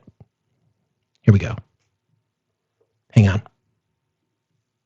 Let me just get to the ad. Everybody keep tapping and sharing. This is our backup. If you've not yet joined us here, please consider doing so. And then again, we're crowdfunded. Don't forget to gift. Don't forget to share. Don't forget to tap. Tapping is clapping. Liking is loving. Sharing is caring. Here you go. according to Pew, Minnesota's population of immigrants here illegally stands at 2.2%. So how do you judge when you've gotten everyone off the streets that you say is, requiring your federal agents be there? How do you say we've had mission accomplished? Well, we won't stop until we are sure that all the dangerous people are picked up, brought to justice, and then deported back to their home countries. Or a date? We wouldn't be in this situation. Wait for it. We wouldn't be in this situation if Joe Biden hadn't allowed our open border policies to be in place and allowed up to 20 million people unvetted into this country. We have no idea how many dangerous people are here. When you have millions of people coming in that are terrorists, suspected terrorists, criminals, come from countries in the mass migration that the Biden administration facilitated, I can't tell the people of Minnesota exactly how many dangerous criminals they have. I do know that they're extremely grateful every time we get a pedophile off the street. We arrested an individual this week that was raping children. See, this is an appeal to emotion, friends, right? This is what you do when you are being called out on your lies. This is what the right will do. They'll take that soundbite. So you guys support just letting P3DOs roam the streets? I'm like, no, we want Donald Trump arrested. That's kind of how we feel about it. But that's what they're going to do. They're going to say, well, you guys support having, gangbangers and rapists and murderers and et cetera, et cetera. And we're like, no. If you want to detain them and arrest them and give them due process and deport them and put them in jail, we're all fine with that. No problem. But that's not what's happening. And you're about to get proven wrong from your own fucking data, you fucking bitch. I think those parents in Minnesota can sleep better at night knowing that that person isn't free. Sure, but you just said millions. What's the breakdown of the percentage of those who you have in custody who have actually committed a criminal offense versus just the civil infraction? Every single individual has committed a crime, but 70% of them have committed or have charges against them. 70% is her claim. 70%. I'm going to go back so you can hear what she actually says. Or have charges against them on violent crimes and crimes that they are charged with or have been convicted of that have come from other countries that are here illegally, first of all, and then they have committed a criminal act while they've been here or in their home countries as well. But it's not 70%. Yes, it is. It absolutely is. 70% of everyone you guys keep changing your percentage. You pick and choose what numbers you think work, but that is the facts, is that 70% of the people that we have detained have charges against them or have been convicted of charges, and they need to be brought to justice. And we're going to keep doing that no matter how much you guys keep lying and don't tell the public the truth. It absolutely is that these law enforcement officers are out there every day doing the work to protect the American people, and they will keep doing that because they believe in enforcing the law, which is exactly what President Trump has charged them with. Okay, well, our reporting is that 47%, based on your agency's own numbers, 47% have criminal convictions against them. But let's talk about the other numbers. Wrong again. Absolutely. We'll get you the correct numbers so you can use them in the future. Well, that's from your agency. Let's talk about... So again, caught in a fucking lie. Caught in a total fucking lie. In an absolute total lie. Margaret Brennan citing DHS numbers. So I don't even believe the DHS numbers because we've got data about how, again, a 2,450% increase in people being detained that don't have a criminal record. So DHS puts out a number that says 47%. Kristi Noem says 70%. Margaret Brennan says your own website, your own data tells us it's 47%. And then she's like, well, that's wrong. You see what I mean? This is the issue that we have with your bullshit, MAGA. This is the issue that we have. What's the fucking number? And why won't they tell us the truth? Instead, it's going to be blame journalists. So I was curious. So I don't normally rely on, I kind of compile things. The one thing that I think that AI is good for is it helps compile stuff. I don't use it a lot, but in this case I did. And I asked for sources to be cited. So when I share things with you, there will be a source cited to back up the compilation of data that I acquired. So we're going to talk about Kristi Noem's fucking lies. Okay? We're going to talk about that. All right. Here's the first one. Let's see. Let me go through the specifics. All right. A claim that no Americans have been detained in ICE sweeps. what Noam has said. She has repeatedly claimed that during the latest ICE enforcement operations, no U.S. citizens have been arrested or detained. We know that is not true. That was from her testimony just a few weeks back in front of the House when she had to run away, claiming that she had to go attend to a meeting. Similarly, when she said that no veterans have been detained, again, a lie. NPR and other outlets documented multiple, in fact, over, I think the number's 180, U.S. citizens have been detained, questioned, or held during immigration enforcement actions, including a U.S. Army veteran held for 3 days before being released. A tally from journalists found at least 170 U.S. citizens were temporarily detained or arrested during past immigration raids, and that count likely underestimates the real number. Bottom line, Noam's statement that no U.S. citizens were detained during these operations is a lie. Next, ICE only asks for proof of citizenship in strictly targeted enforcement. Before I read that one, I'm going to play this sound from you because this is fucking disturbing. Okay, here you go. This is what she said, and we'll back it up with the receipt. This is America, the United States, 2026. This is Kristi Noem. We're doing targeted enforcement. Are you okay with federal agents and officers violating people's Fourth Amendment rights by asking for papers without reasonable suspicion? Every single action that our ICE officers take is according to the law and following protocols that we have used for years, that this administration has used, that the previous administration used. They are doing everything correctly, and over again in litigation in the courts, we've proven that they've done the right thing. To follow up, why are we seeing Americans being asked on the street to provide proof of citizenship in Minnesota? Is that targeted enforcement? And are you advising Americans to carry proof of citizenship? In every situation, we're doing targeted enforcement. If we are on a target and doing an operation, there may be individuals surrounding that criminal that we may be asking who they are and why they're there and having them validate their identity. That's what we've always done, in asking people who they are so that we know who's in those surroundings. And if they are breaking our federal laws, we will detain them as well until we run that processing. So she is acknowledging that people are being asked to show their papers. Your papers, please. We are the ones asking the questions. I want people, I know that there are some MAGA chuds in here. I want you to understand what she just told you. She literally just told you that they are going to be requesting documentation from people if they're not sure who they are. That's not how it works, because ICE has no authority over U.S. citizens. Okay?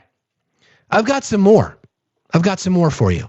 Is this the guy? Yeah, this is another one. This is a former ICE agent, and now it's the same fucking rhetoric. I want you to hear this. Listen to how he answers. Okay? Targeted enforcement sweeps. Conducting targeted enforcement, looking for the worst of the worst, but they encounter anybody in the area of which they're operating, they are okay to talk to those people. They've been authorized to talk to anybody. Who's authorized them? Who's authorized them? Stephen Miller? Okay. Let me start this again. Sorry, it's too easy to comment. I will try to let it play. Conducting targeted enforcement, looking for the worst of the worst, but they encounter anybody in the area of which they're operating, they are okay to talk to those people. They've been authorized to talk to anybody that's around there and establish citizenship.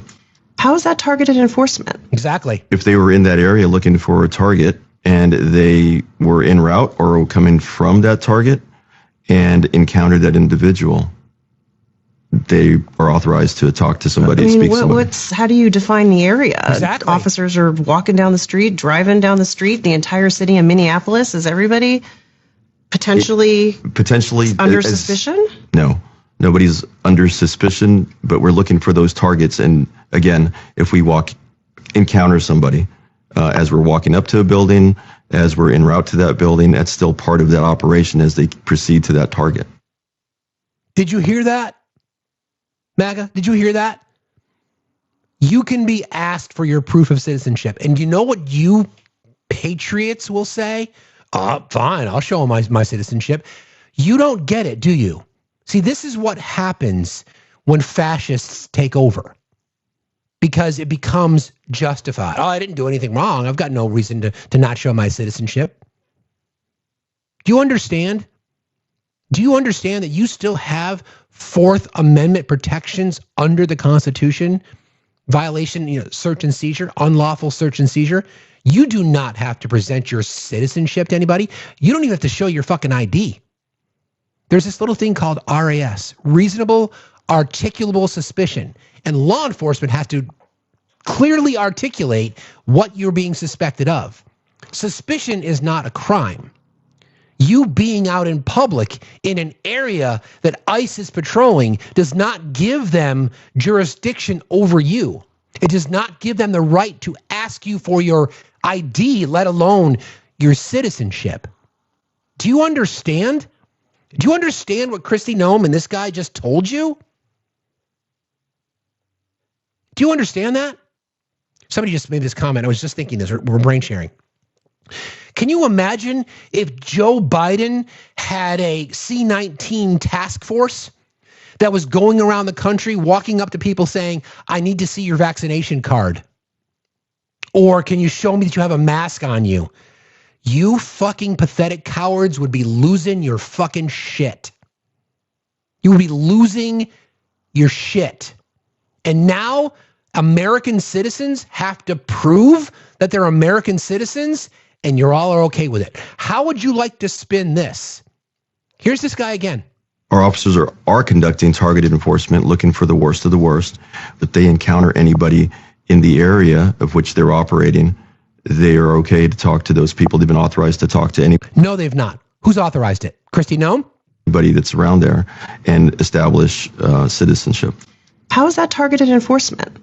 If they were in that area looking for a target and they were en route or coming from that target and encountered that individual, they are authorized to talk to somebody and speak to somebody. How do you define the area? Officers are walking down the street, driving down the street, the entire city of Minneapolis. Is everybody potentially under suspicion? No, nobody's under suspicion, but we're looking for those targets. And again, if we encounter somebody as we're walking up to a building, as we're en route to that building, that's still part of that operation as they proceed to that target.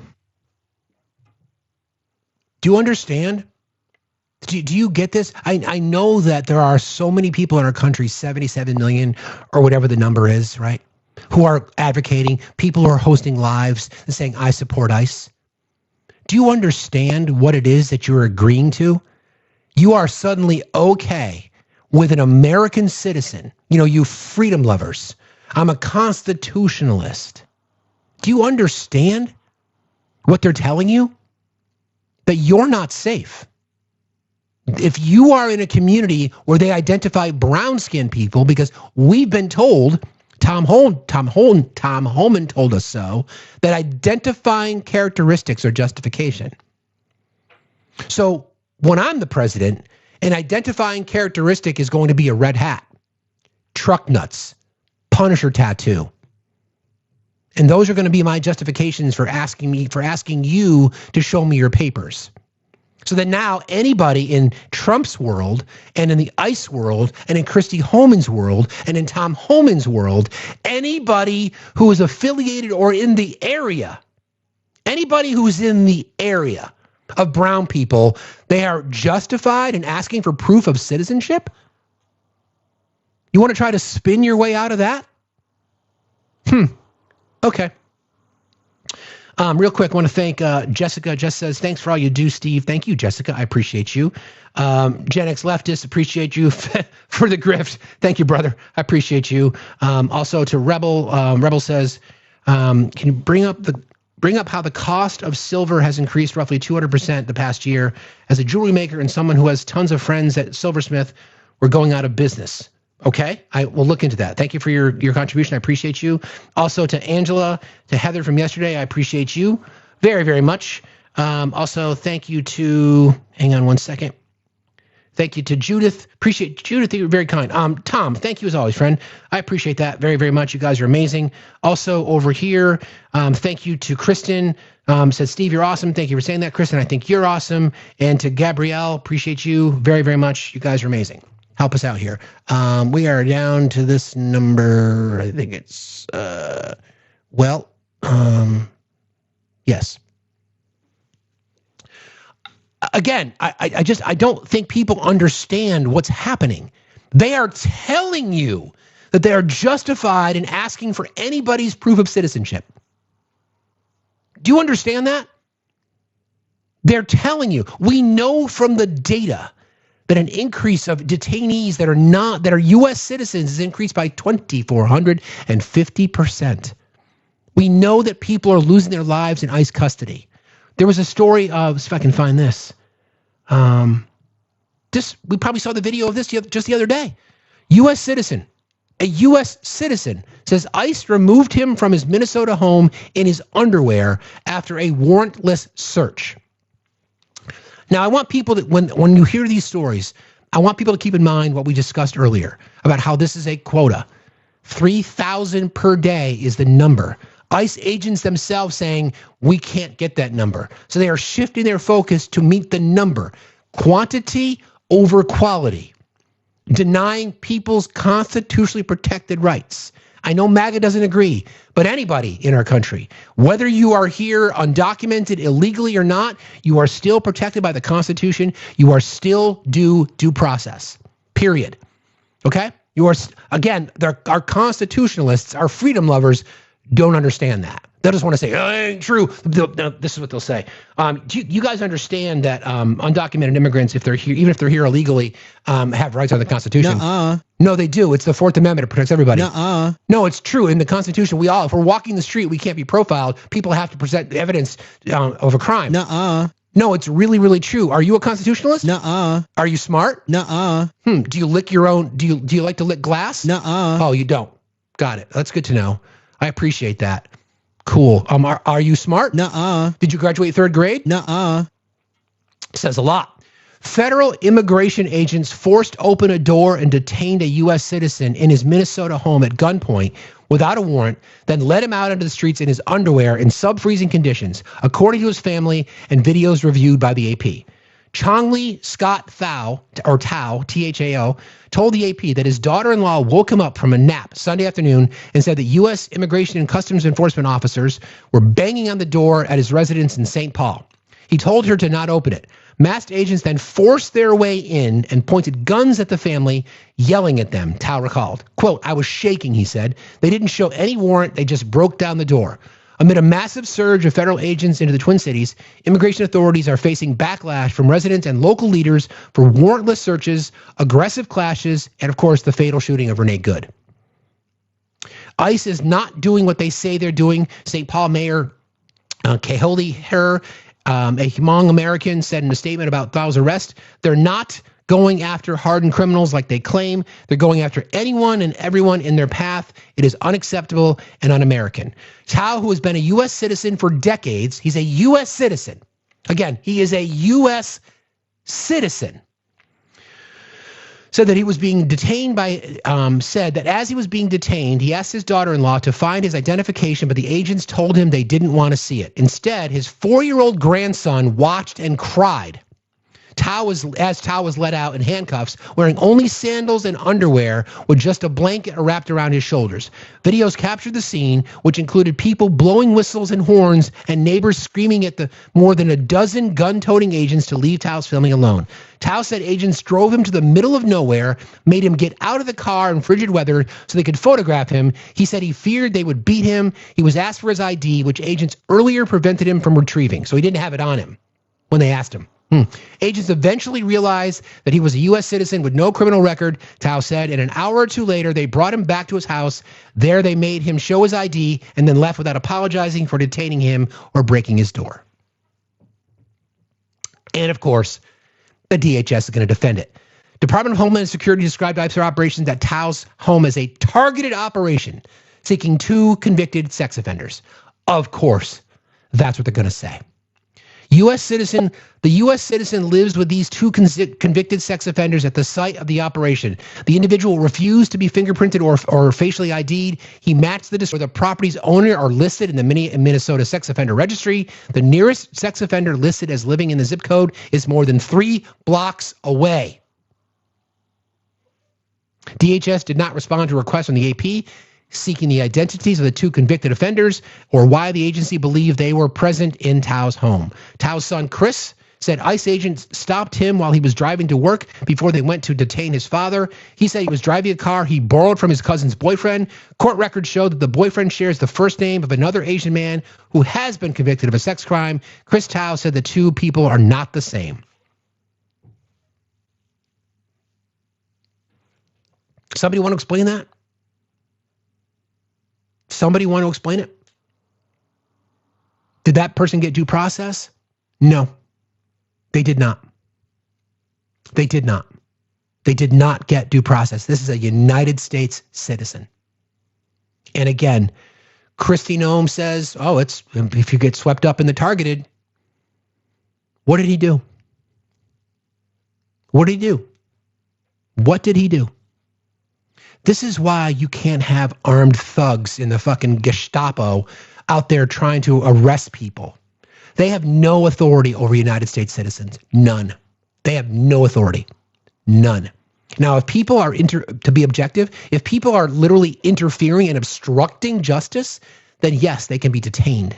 But they have no authority. None. They have no authority to investigate fraud. They have no authority to arrest people alleged to have committed fraud. None. They have no authority over that. They're telling you they do. Again, I just want to play this as a reminder. This is what Kristi Noem has to say about targeted enforcement. In every situation, we're doing targeted enforcement. Are you okay with federal agents and officers violating people's Fourth Amendment rights by asking for papers without reasonable suspicion? Every single action that our ICE officers take is according to the law and following protocols that we have used for years, that this administration has used, that the previous administration used. They are doing everything correctly, and over again in litigation in the courts, we've proven that they've done the right thing. To follow up, why are we seeing Americans being asked on the street to provide proof of citizenship in Minnesota? Is that targeted enforcement? And are you advising Americans to carry proof of citizenship? In every situation, we're doing targeted enforcement. If we are on a target and doing an operation, there may be individuals surrounding that criminal that we may be asking who they are and why they're there and having them validate their identity. That's what we've always done, in asking people who they are so that we know who's in those surroundings. And if they are breaking our federal laws, we will detain them as well until we run that processing. There it is. In Trump's America, your Fourth Amendment constitutional rights do not matter. Anybody and everybody can be identified and targeted. Anybody and everyone. By the way, friends, the Supreme Court has a couple of opinions today. 2 boxes. That means 2 opinions, both 27 pages or less. We are waiting potentially some of the issues we might hear of are Louisiana's gerrymandering, conversion therapy, and tariffs. So we are expecting, third is Coney Island. Okay, we did not get the tariff announcement today. So we'll keep you posted on that. Thank you, Brooke. Thank you, Tiff. There it is. What more do you need to see? What more do you need to see? She's not even denying it now. She is denying, or not, she's stating publicly, and others are, listen, if you're around people, whatever the fuck that means, if you are in the area of somebody that we see as justifiably part of this process, then it doesn't matter because we can detain you. No, the fuck you can't. No, the fuck you can't.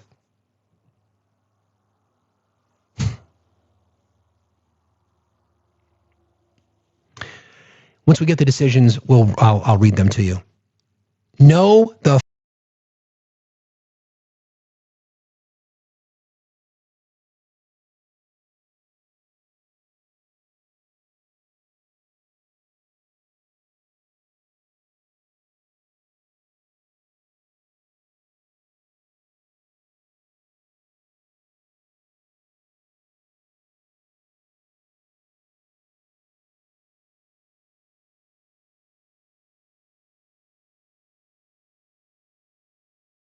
tied directly to a specific suspect. Journalists report on federal agents stopping people at an airport, in parking lots, and at front doors to demand citizenship documentation, situations that critics say were not clearly part of any narrowly focused arrest. Numerous firsthand accounts and legal filings contradict the claim that identity checks are only done as part of very specific targeted enforcement. Another claim, characterizations of Minneapolis shooting narrative. What Noam has said. After an ICE agent fatally shot, murdered in cold blood, Renee Good, Noam defended the agent's actions as self-defense, claiming Goods attempted to run over officers. Eyewitness video, multiple reporting outlets show that Goods' vehicle did not strike ICE agents, and the agent who shot her was not visibly injured at the scene, contradicting the narrative that Goods' act justified the shooting. Local and state leaders have publicly disputed the administration's version of the events. Bottom line, the way Noam described what happened in the fatal shooting is disputed by available evidence and eyewitness accounts. She said that they were stuck in the snow. They weren't. She said there was adverse weather in Minneapolis. There wasn't. She said that she attempted to run over the officer. You know, I don't know if people have talked about this enough, quite frankly, but if the argument was that she was attempting to run over the officer, when the officer fired at her and killed her indiscriminately through their windshield, then the vehicle would have continued towards him, like to run over him, not going away to the right.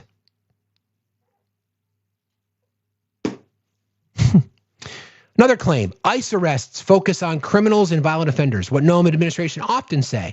They emphasize that ICE is prioritizing removal of individuals with serious criminal histories. We just went through that. Here's the specific claims. During a press conference in late October, Noam claimed this. No American citizens have been arrested or detained during immigration enforcement operations under the current administration. That was from PolitiFact. That was her quote. What the evidence shows. ProPublica and others have documented at least 170 cases nationally of U.S. citizens being held or arrested by immigration officers.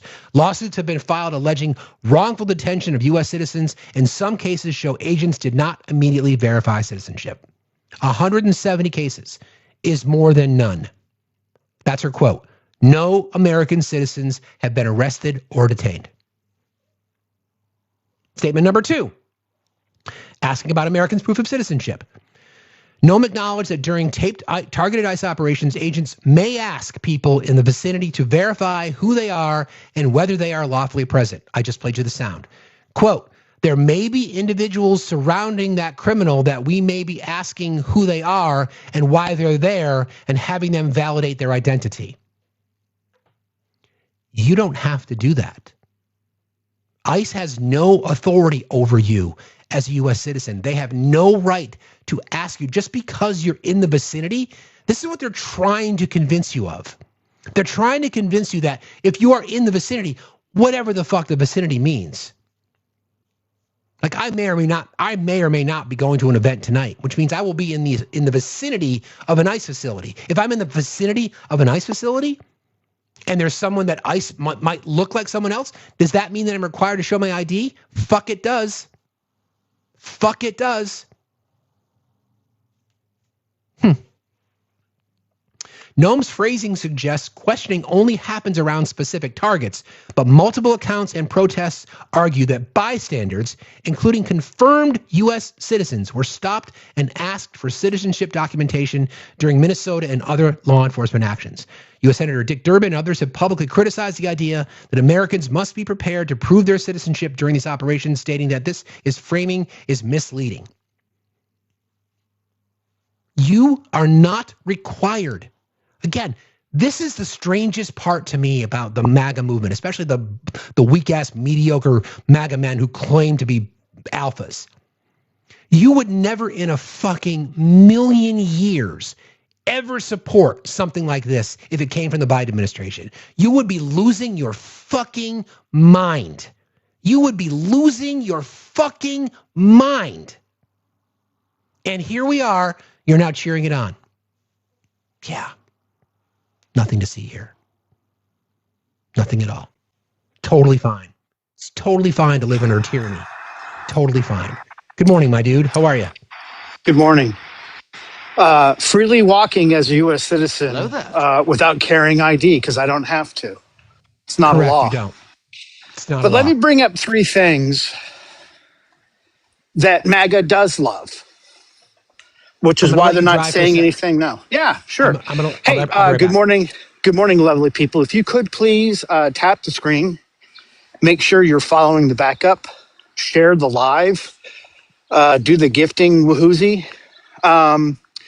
So here are the 3 things that MAGA absolutely loves. They love stop and frisk.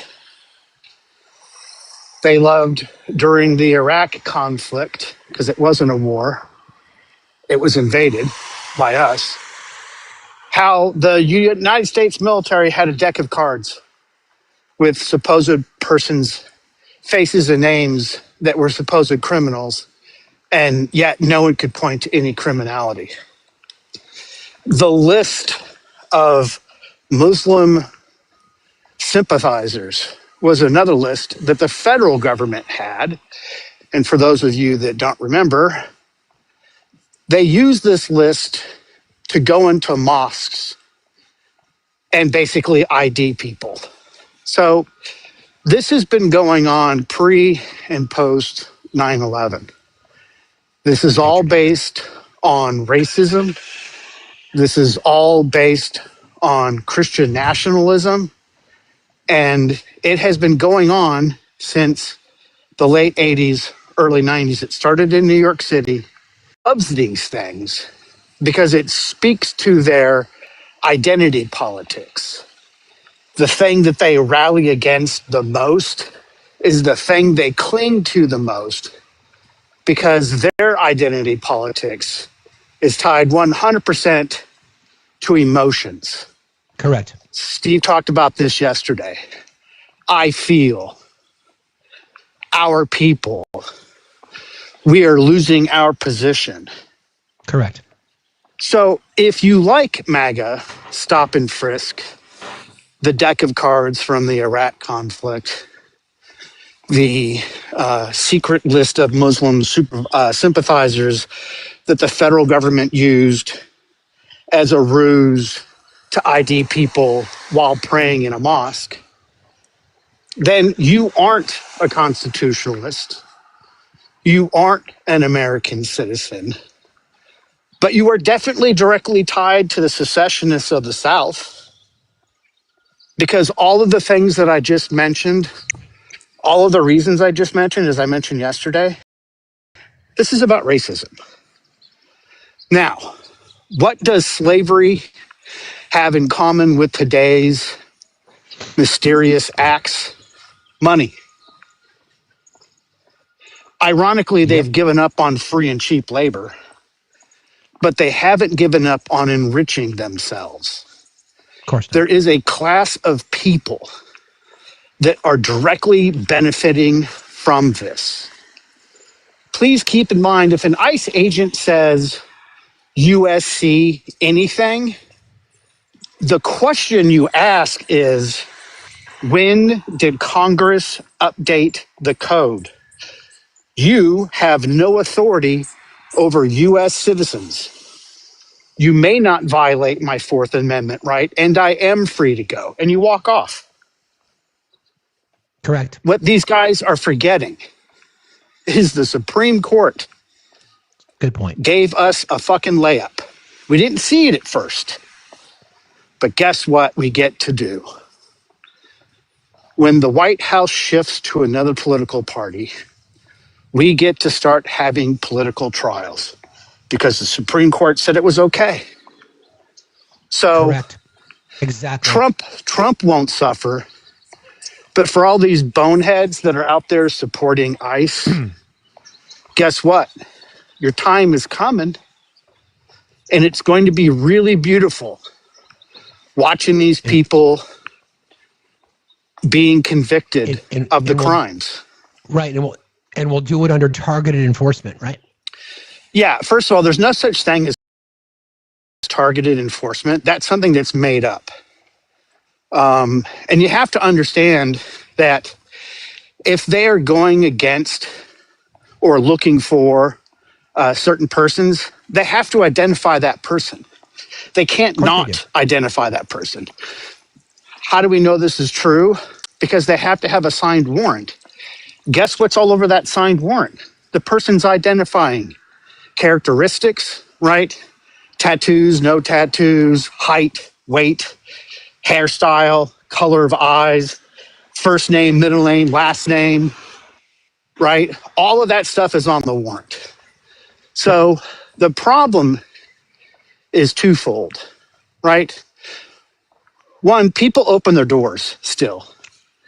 Don't open your door. Don't unlock your door.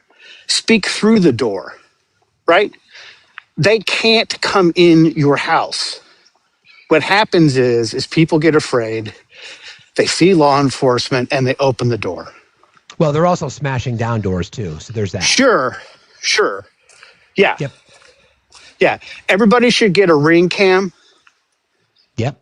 If you can, get a Ring cam. Good idea. Get a Ring cam. Anyway. I need to take my own advice. Make sure you have your recording devices on you at all times. All the time. I'll share a story with you later. By the way, you'll be like, yes. Really? I'll be like, yep. Yeah. I have a couple that I use. What's interesting too, though, is that there are groups of people we would have thought would have objected to all of this. MAGA's just too dumb. So I've already discounted all of them. Agreed. Yeah, they don't know anything. Here's what's interesting. We're the First Amendment auditors. Where are they at? All of us. Right? Exactly. No. Point. The actual group of people who literally walk around as First Amendment auditors with the sole purpose of suing police departments. Where are they? Yeah, exactly. Where are they? Where are they? You know why they're not out? Because it's a grift. Yeah, it sure is. Right? Sure is. These guys make these guys make tens of thousands of dollars a year or hundreds of thousands depending on them. I believe in everyone's constitutional rights. Same here. But what I don't believe in is supporting people that only show up when it's financially convenient for them. Agreed. Where are all of these people that constantly shout things out on social media behind their keyboard? Where are they? I don't see them. I don't right? Know. So, miss me with all your bullshit. First Amendment auditors who make a shit ton of money here on this platform, here on YouTube. Could use you now. Yeah. We could use you now. Yeah. But they're not going to because they can't sue. Because they know in this particular political environment, there's no money to be made. That's correct. And this is, I wrote about this the other day. I haven't published it yet. But intellectual dishonesty and apathy, those are the two things destroying democracy. And everyone who says they're on the left, you're equally to blame. You don't show up to vote. People not being involved. I agree. I agree. Listen, be safe out there. I know you're walking. Yes, sir. I just make sure that make sure you have your papers. Make sure you're all lined up with your papers, that you're ready to present your citizenship at the gun turret as you walk back into your neighborhood. Make sure you're prepared. Because my neighborhood's super, super dangerous. Super dangerous. I'll check in with you later. Dangerous. Thanks for being here, buddy. Yeah, man. I'll call you later tonight. Bye. All right, love you. See ya. He's right. Right? I mean, again, this is what people I think fail to understand. You've been able to, the administration has been able to convince you that ICE is justified in what they're doing because they're going after rapists and predators and murderers and things like that. They've been able to convince you that whatever they're doing, including violating your constitutional rights as a citizen of this country, that they're justified in doing that because of all the bad people. Even though we know 2,450% increase in detaining of American citizens, 170 American citizens detained, veterans being detained, a man dragged out of his house. Right? It's not justified. None of it is. You've been lied to. There are people that have been enriching themselves based on a quantitative quota of 3,000 a day. There's not enough people to detain, so they have to make shit up. They blinded a 21-year-old. A 6-year-old child, 6-month-old child, was victim of, had to have CPR by their parents because of a chemical weapon use when Kristi Noem said herself that we don't use chemical weapons. There's no defense. There's no defense for it whatsoever. But because racism is expensive, this is where MAGA has sold their soul. Numerous examples as well. Just a little bit more of Kristi Noem's lies. Let's see if I can find... Hang on one second. Because she's got a shit ton. She's got so fucking many of them. It's crazy. We covered that one. Americans to proving citizenships. There may be individuals surrounding the criminal that we may be asking who they are and why and having them violate their identity. See, the thing is that no one on the right ever expected this to happen because they were told it was always going to be the worst of the worst. Meanwhile, MAGA and Republicans have been defunding the police. Now, I know that that's going to be a controversial statement because the right is going to say because certain people have talked about defunding the police. Well, you can talk about it all you want, but when you look at the big, beautiful bill, they actually defunded the police.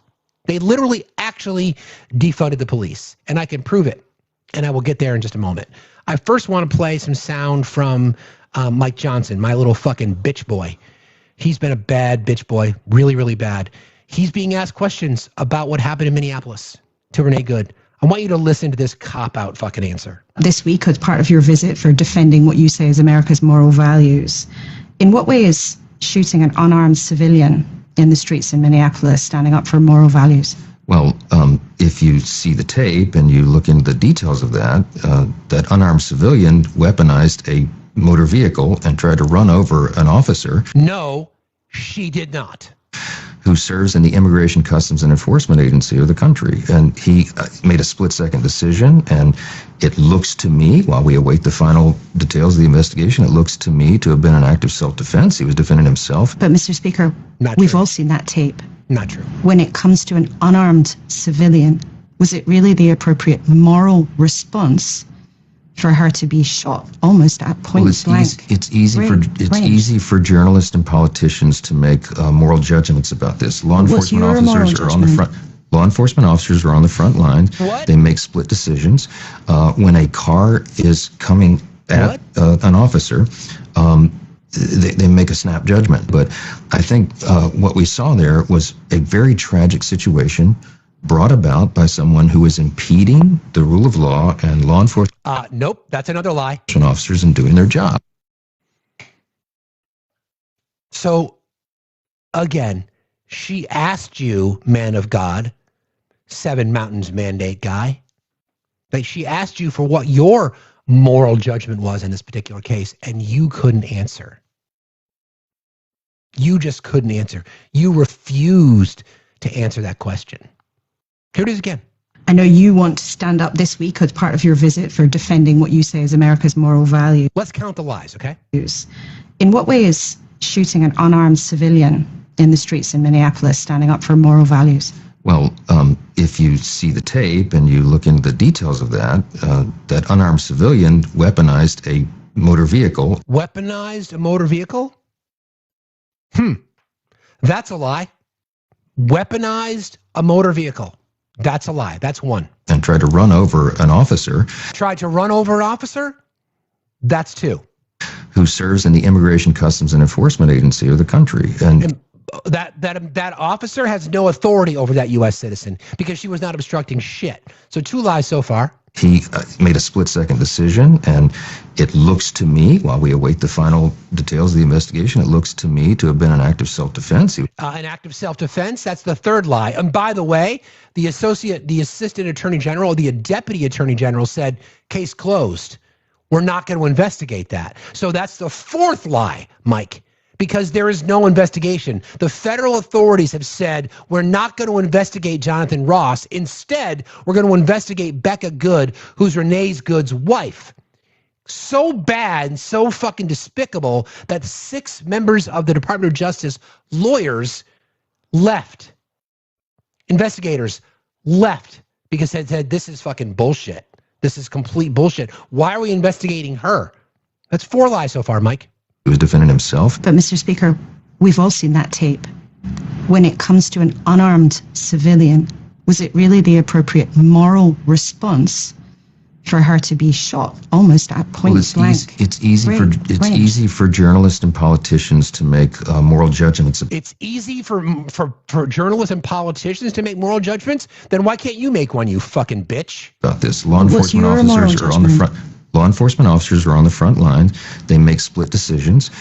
When a car is coming at an officer, they make a snap judgment. But I think what we saw there was a very tragic situation brought about by someone who was impeding the rule of law and law enforcement officers in 5 lies. Doing their job. 5 lies. He told 5. I counted 5. 6 based on trying to twist the narrative. She was not impeding anyone. She was not impeding anyone. She got murdered in the streets of an American city by a thug, by someone who was part of a training program back in Texas after he left the military in 2007. CBP training. There was an investigation done into CBP training. Let me see. Do I still have that? I think I do. Hang on a second.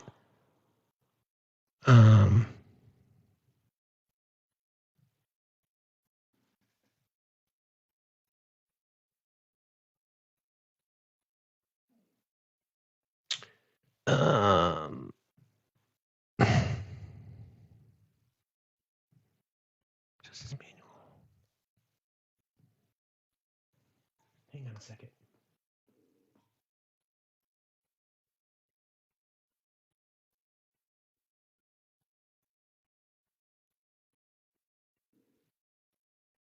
Hang on.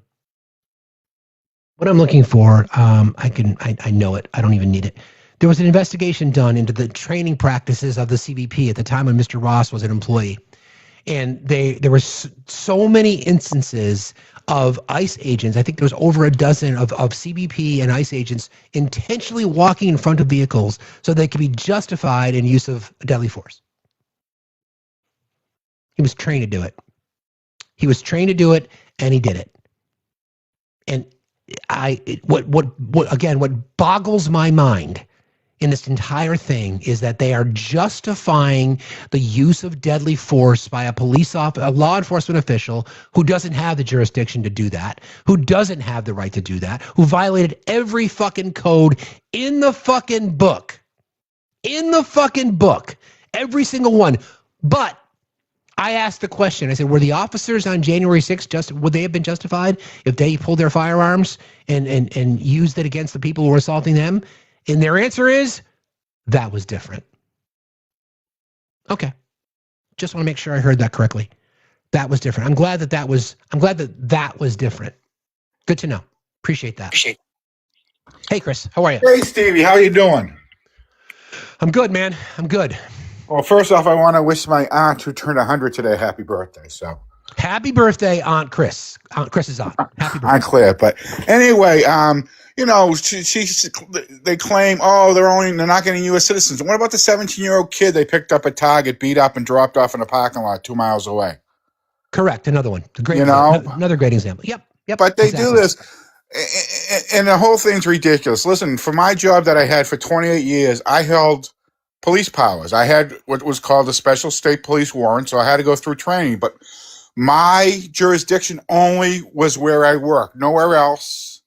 I had no powers outside of my job. Anywhere else, it was specific to that, and that's like ICE. They can't target U.S. citizens. They can't do any of that. And also on top of that, he broke every single rule as far as you don't go in front of a vehicle that is on twice. He did it twice. Correct. You don't get in front of a vehicle. That's rule number 1. Simple as that. But correct.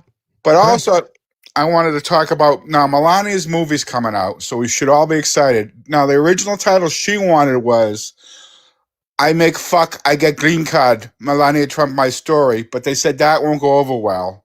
So then they were going to name it That Not So Happy Hooker Goes to Washington. But again, they just decided not. But they did come out, I guess, in the documentary, it does say why she got the Einstein visa, because she can say anal cost extra in 5 different languages. So. Thank you, Chris. I appreciate you, bro. Have a good day. Tell your aunt we said happy birthday. All right. See you later. Bye-bye. All right. Bye. I want to talk about 18 U.S. Code 111 because this is something that gets cited a lot, right? And this is what you're starting to see this on the video now. And what they're saying is 18 U.S. Code 111 gives me the authority. What I find hilarious is that even in reading the law, their reference to it dunks on themselves. Case in point. 18 U.S. Code 111, assaulting, resisting, or impeding certain officers or employees. In general, whoever, 1, forcibly assaults, resists, opposes, impedes, intimidates, or during such person's term of service shall, where the acts in violation of this section constitute only simple assault, be fined under this title or imprisoned not more than 1 year or both, and where such acts involve physical contact with the victim of that assault or the intent to commit another felony, be fined under this title or imprisoned not more than 8 years or both. Even with the enhanced penalty, whoever in the commission of any acts described in subsection A uses a deadly or dangerous weapon, including a weapon intended to cause death or danger, but that fails to do so by any reason of a defective component or inflicts bodily injury, shall be fined under this title or imprisoned not more than 20 years or both. They are using this language to justify detaining American citizens. They're gonna, again, the American citizen, the gentleman who's pulled out of his home, barefoot, underwear, blanket, snow, Minneapolis. That's their justification. They want to say 18 U.S. Code. Again, whomever forcibly assaults, resists. How did he resist? They broke into his home. They had no right to be there. None whatsoever. They had no right to be there. He didn't resist. He didn't assault anybody. They broke into his home. They broke into his home. There's no justification for what they did. None whatsoever. None. This entire administration is just, it's one thing, we talk about their lies all the time. What they are now doing is they are justifying tyranny. This is fascism. Plain and fucking simple. That American citizens could be asked to present their papers? What? American citizens asked to present their papers.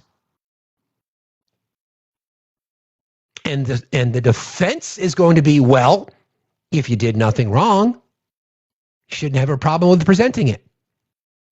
So I will remind you once again, if there was the COVID police cruising around the country during the height of the pandemic in 2021, and the COVID police pulled up on you and said, I need to see your proof of vaccination, or I need to find out why you're not wearing a mask, you all would have lost your fucking minds.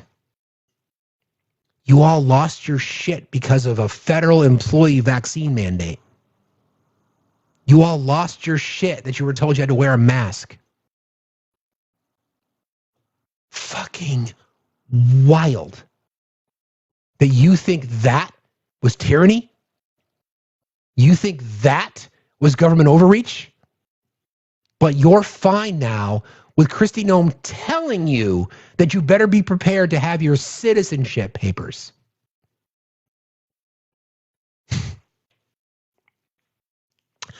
But racism is expensive. It's really expensive. Case in point, I'm going to play some sound for you from. This is a gentleman whose voice you're going to hear. This guy. Now, his name is Nathaniel Ellis from Turning Point.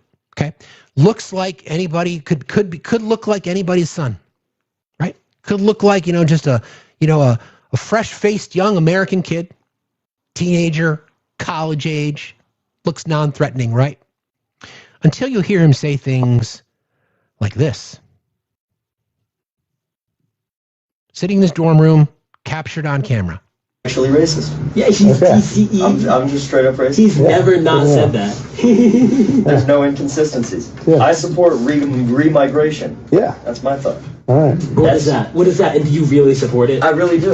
What is it? That was a big thing. We were going to we colonized Liberia specifically to send the African Americans back. And I truthfully, I do feel bad. We did that to a lot of them. I do feel bad for the American Negro. I think they do have somewhat of a plight after slavery, and so I do support reparations, but I also support remigration, sending them back. One more time. I'm actually racist. Yeah, I'm just straight up racist. He's never not said that.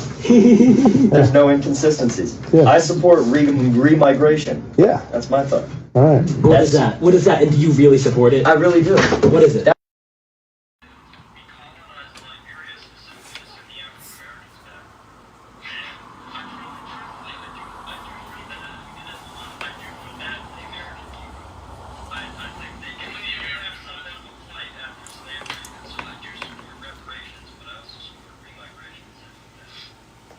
Nice, right?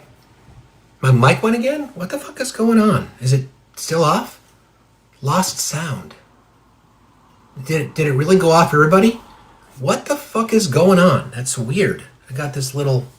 Hang on a second.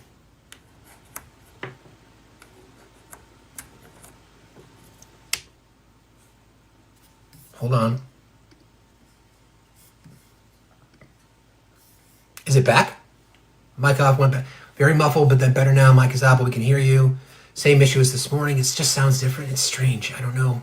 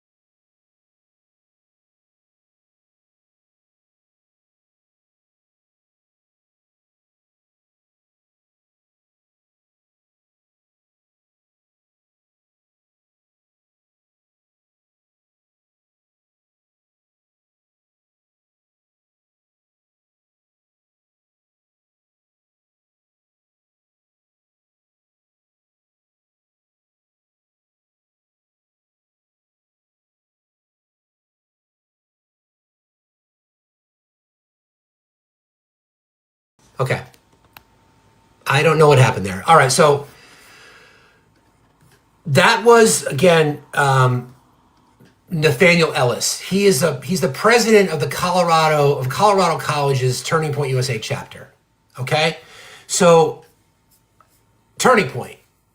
But again, not racist.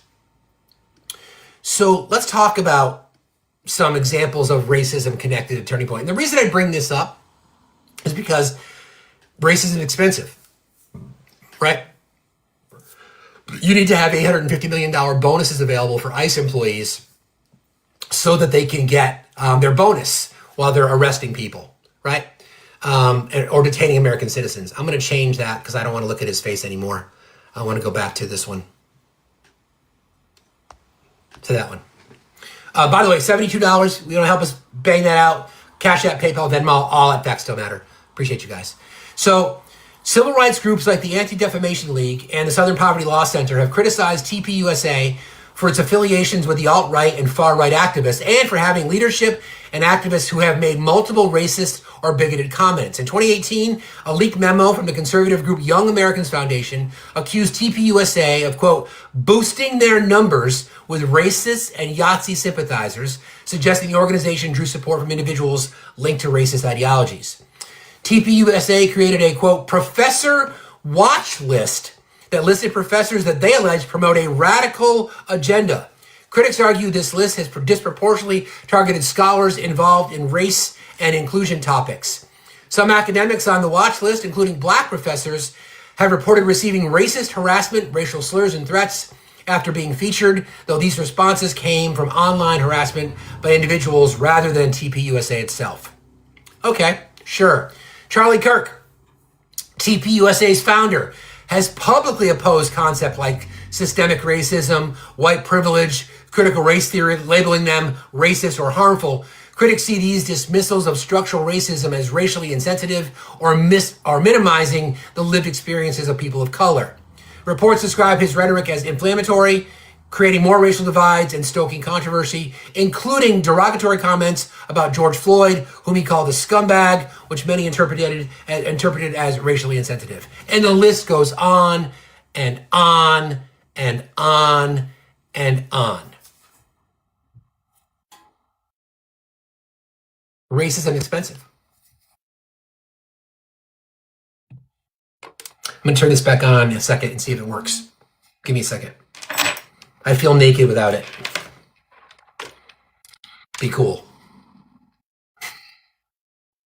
You could be, Dottie.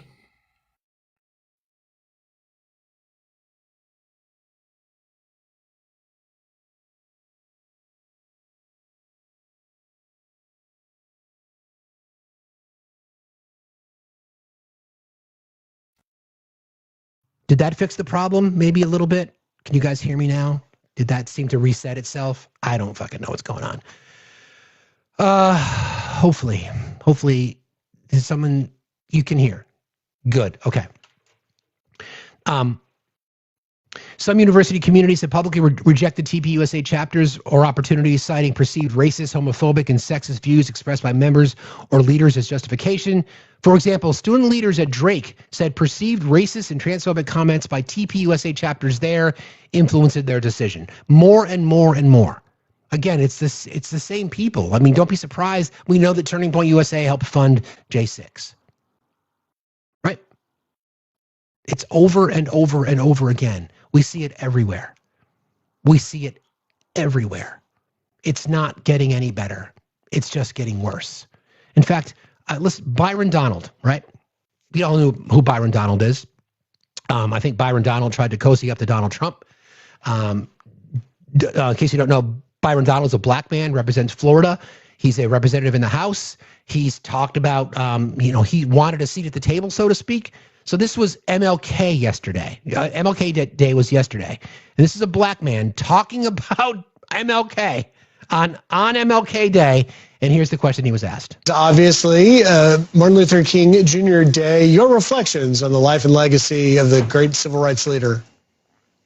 Okay, the first question I asked you, tell us, as a black man in America, Byron Donald, what is your belief? What is your opinion on MLK? Let's wait for his answer.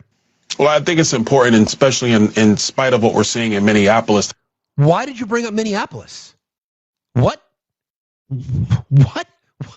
Why did you bring up Minneapolis? Today, Dr. King's legacy has always been about peaceful protesting, making sure that the character of your protest, the heart of your protest, is what the nation saw, what the nation spoke about. And so I think it's important, especially on this day, in light of what's happening in Minneapolis, that these protesters try to embody Dr. King. If you disagree, speak very clearly with your disagreement, but don't go after officers. Don't intimidate them. Don't try to dox them and their families. That does not live up to the legacy of Dr. King. Not one bit. It does not, and it even breaks federal law by assaulting and obstructing that federal immigration law enforcement. Congressman Byron Donald, thank you very much, and good luck tonight. Go Canes. Isn't that fucking wild? Can you imagine that?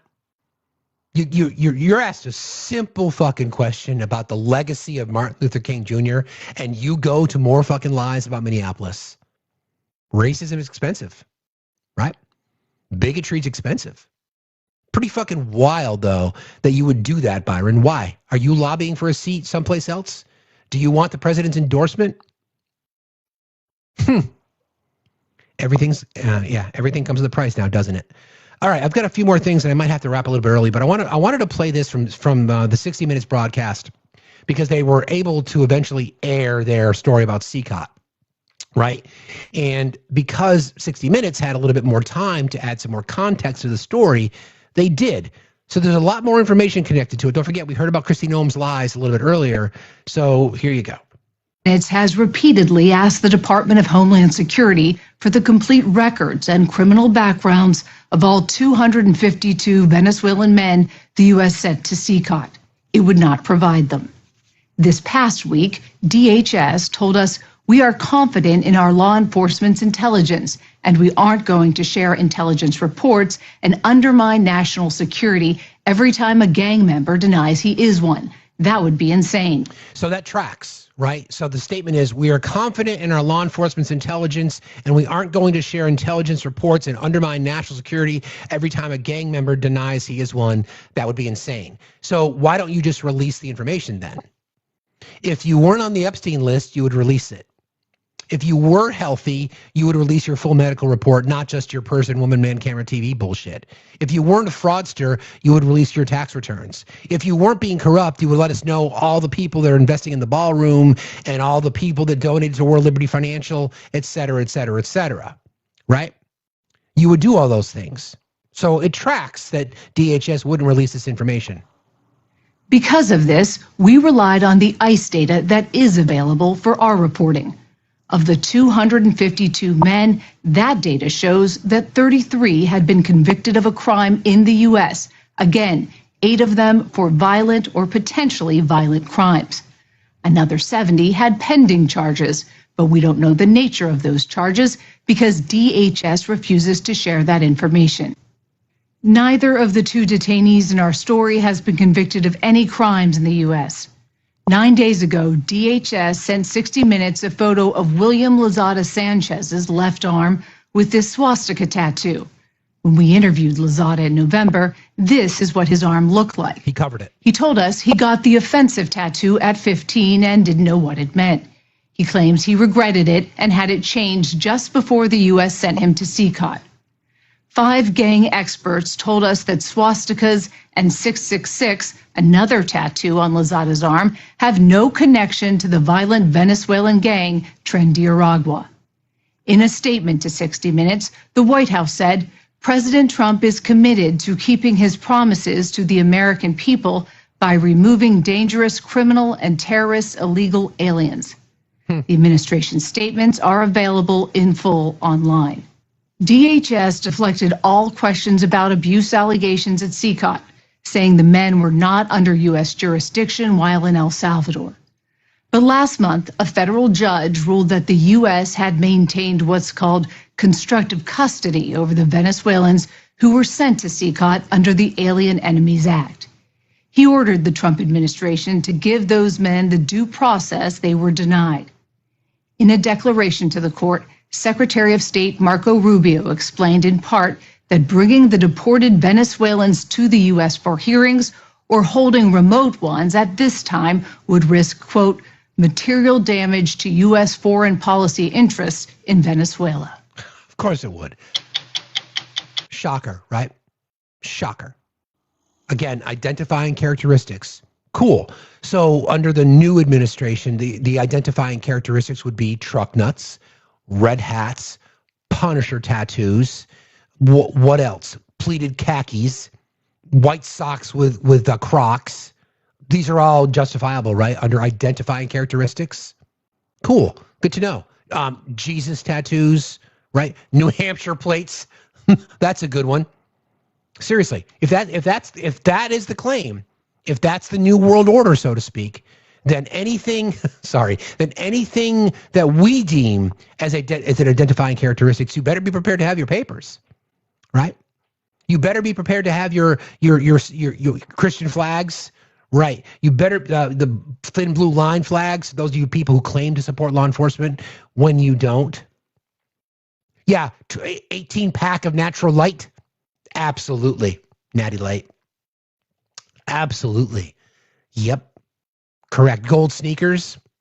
Yep. Truck nuts. We got that covered. So if that's the game we're playing, yeah. Somebody mentioned this earlier. What about Pete Kegsbreath? He's got an identifying characteristic on his chest. a tattoo that signifies, that points directly to Christian nationalism. That's okay, though? That's totally fine? Nothing to see here? Okay. Just want to make sure. I was curious because it seems strange that you would be, that it only applies one way. Okay. That's fine. I'm sure it's easy to explain. All right. This is Greg Bovino. Greg Bovino is, this guy, in case you didn't know who Greg Bovino is. This guy who's about 3 feet nothing, 100 nothing.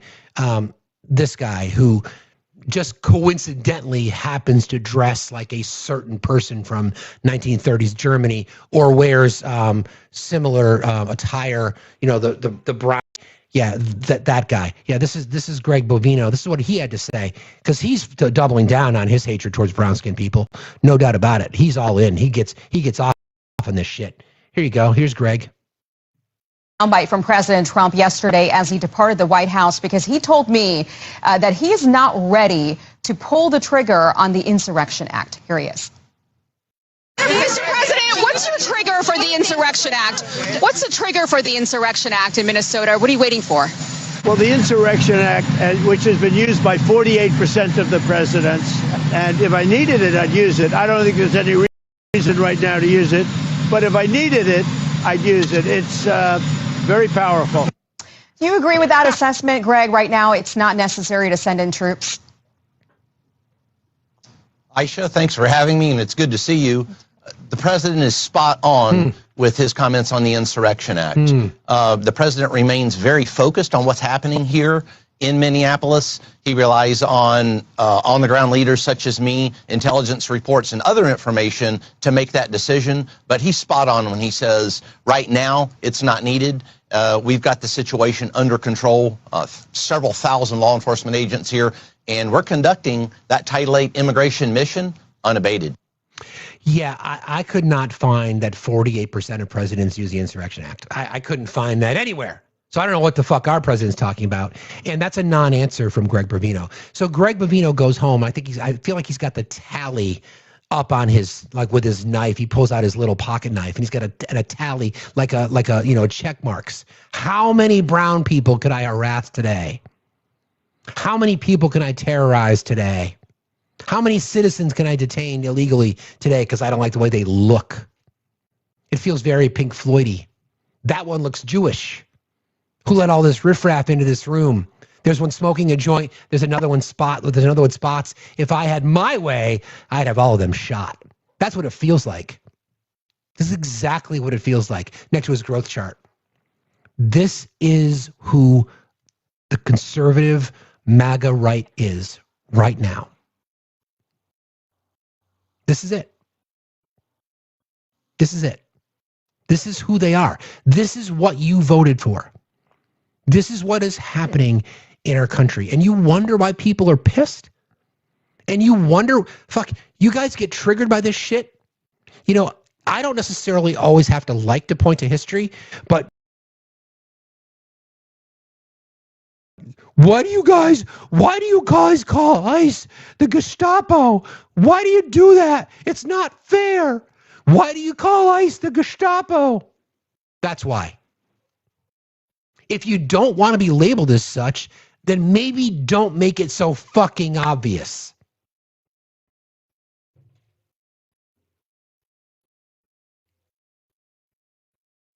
If a picture paints 1,000 words,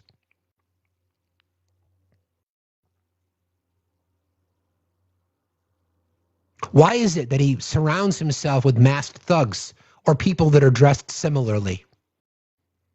It's irrelevant? Right. Okay. It's irrelevant that he dresses the same? Did he have to wear a black leather trench coat? Did he have to do that? Or is he just trolling? Yeah. But again, nothing to see here. But that's okay. When the time comes, don't worry. Don't worry. When the time comes, it's all good. Okay, a few more things here. This is another one from Christy. I think I might have played this yesterday. I don't recall, but I'm going to remind you again because we've been dunking on Christy Noem's lies all morning. Here you go. He does recognize that he needs to start working with us. Are your agents going to comply I know the with White House has asked him to. Sorry, with the federal order on Friday to not use chemical agents? That federal order was a little ridiculous because that federal judge came down and told us we couldn't do what we already aren't doing. We just saw video. You just said the judge told you you couldn't do what you're already not doing. So just listen from the beginning again. Sorry, I just think it's important. Recognize that he needs to start working with us. Are your agents going to comply I know the with White House has asked him to. Sorry, with the federal order on Friday to not use chemical agents? That federal order was a little ridiculous because that federal judge came down and told us we couldn't do what we already aren't doing. We just saw video of chemical agents being used. We only use those chemical agents when there's violence happening and perpetuating, and you need to be able to establish law and order to keep people safe. That's the only situation. So that judge's order didn't change anything for how we're operating on the ground because she's quite possibly the worst fucking liar. We're not doing that. I don't know why the judge would tell us doing something that we're not doing. Yeah, but there's video. Well, we only use it if we have to. I want to thank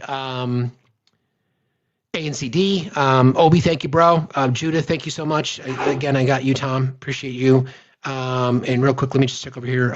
Angela, thank you so very, very much. I got Jess. Again. Fabulous. I got to wrap a little early today. I've got some capitalism I need to do. But I wanted to thank you all for being here today, as always. Sorry for the technical difficulties. Sorry for having to move from the main to the backup. But we're here. So please consider following the backup account if you don't already follow it.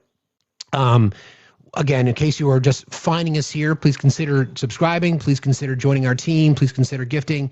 Please, as a reminder that you always have to make sure that you are aware of your surroundings, no matter where you are, no matter what you do, head on a swivel. It's not always about you. It's oftentimes about the people in our community that might need a little bit of help and support. I want to thank you all for being here today. I don't know who's live right now, but I'm not sure who that might be. Mods, you want to let me know? Anywho, I appreciate you guys very, very much for being here. We'll be back tomorrow morning at 8 o'clock Eastern time on our main, likely. If Eli is live, everybody go rate Eli. Appreciate that. Or Santana, pick your choice. But thanks for being here. And in true do something spirit, friends, there's always something to do. Please do something, whatever it might be. More details to come on our Do Something tour as pieces are starting to come together. I appreciate you all. We'll see you tomorrow morning, 8 o'clock Eastern time, likely over on the main.